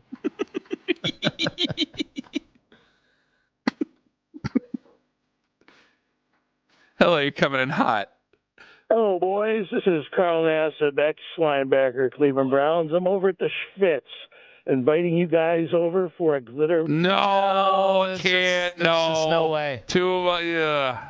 There's just no way. No. I mean, Surf and turf, right? You don't ever want to ask him about the Penn State scandal. I learned that the hard way. He wanted to debate politics with me the one day. That was tough. He knew the politics. His brother was quarterback at Syracuse. Well, no, he has 2 other brothers. What was the other brother? Daryl. No, that's His other brother, new. Daryl. That's Newhart. There was another one. The other one was a defensive end at Syracuse. Hello, you're coming in hot. For all those people who are still waiting on James, get yourself a life already. Did you get to go see the big boy? Oh, he hung up. Oh, come on. Come on. Hello, you're coming in hot. You're coming in hot. Hello. Okay, well, that's not. Going out cold. It was cold. Yeah. Hello, you're coming in hot. Lima, I think if LeBron comes back, it's time to bring it back. Give it to me again. Oh, that reminds us. Is Jeff listening? Jeff's probably not. Is he? If LeBron makes his decision to come back, or if he doesn't come back, is he going to call him the backstabbing weasel again? Oh, yeah. We were going to debate that. I don't know if Jeff can hear us. Can Jeff hear us? Jeff Thomas. Give it to me! Give it to me! Can he revert back to the nastiness that was Jeff Thomas for those 4 years in Miami? Hello, boys. What's up? Jeff, Lima has a question for you. Yes. Will backstabbing weasel come back into parlance if he doesn't choose Cleveland? No, not this time. I think Ken said this before. I'd be bummed. I'd be disappointed, but it's not as when he left for Miami, he picked his friends over us. That pissed me off. Sure. This time it's like it'd be nice if he came back. I'd like it. We could use him, but if he doesn't, it's kind of a bummer. See, that's the right way to look at things. Thank you very much. There are people Jeff. still want to hear a it. new segment. Outstanding. Pissed me off or kind of a bummer with Jeff Thomas. We're doing it on Wednesday. Starts at 5 o'clock. We'll talk to you Monday. He's already prepping. Back to the bit. Hello, you're coming in hot. How to get out of the house? This air quality sucks. It's going on a little dry. Oh my God, it's man! What was that? I don't know. I think I know where that was going. Yeah. Don't know. He cut out. I didn't hit anything. Okay. Interesting. Hello, you're coming in hot. Yeah, it's time for LeBron to come back to South Beach, the South Beach of Lake Erie. And it's also time for the Browns to get some cheerleaders. He's been saying it every day. Yeah, what the hell? The lakefront. I think there's a Facebook page debating that. Is there really? Oh, yeah. Still? Yeah, still. That was like 13 years ago. All right, there's also one that's clamoring for the return of the Cleveland Indians. If you're not getting... I'll send it to you. If you didn't get cheerleaders yet, you ain't getting cheerleaders now. It's never happened. What about the Indians? I'd be pretty surprised if that name came back. I'll send you the page. Nah, I'm not interested. Hello, you're coming in hot. Deshaun Watson, what is his dad, a light bulb or something?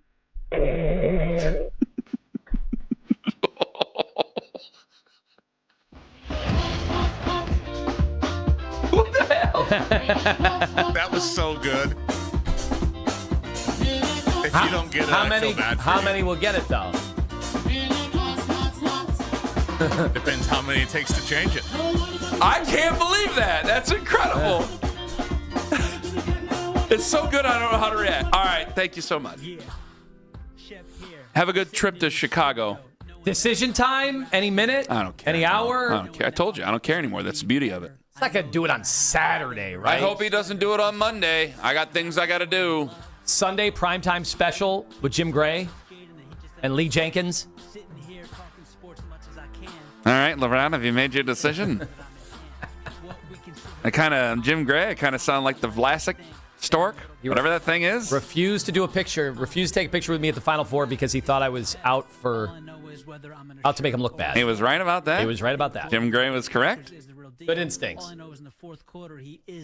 Thanks to Curtis Danberg. Game time decision tonight because of the air quality, but that's a Major League Baseball decision. Yeah. Lance Reisland, we thank him. Did not convince us. You know what? He convinced me that Dylan Gabriel could stay on this roster, but not start. Zach Meisel put me in a body bag. Got to go hear that entire interview. 923thefan.com and on the free Odyssey app. We're back Monday 6 to 10 for Big Country, for Jeff, for Meredith, for Tone. I'm Ken Carman. Have a wonderful Tall Boy Friday. But you clap. Vodka, whiskey, beer.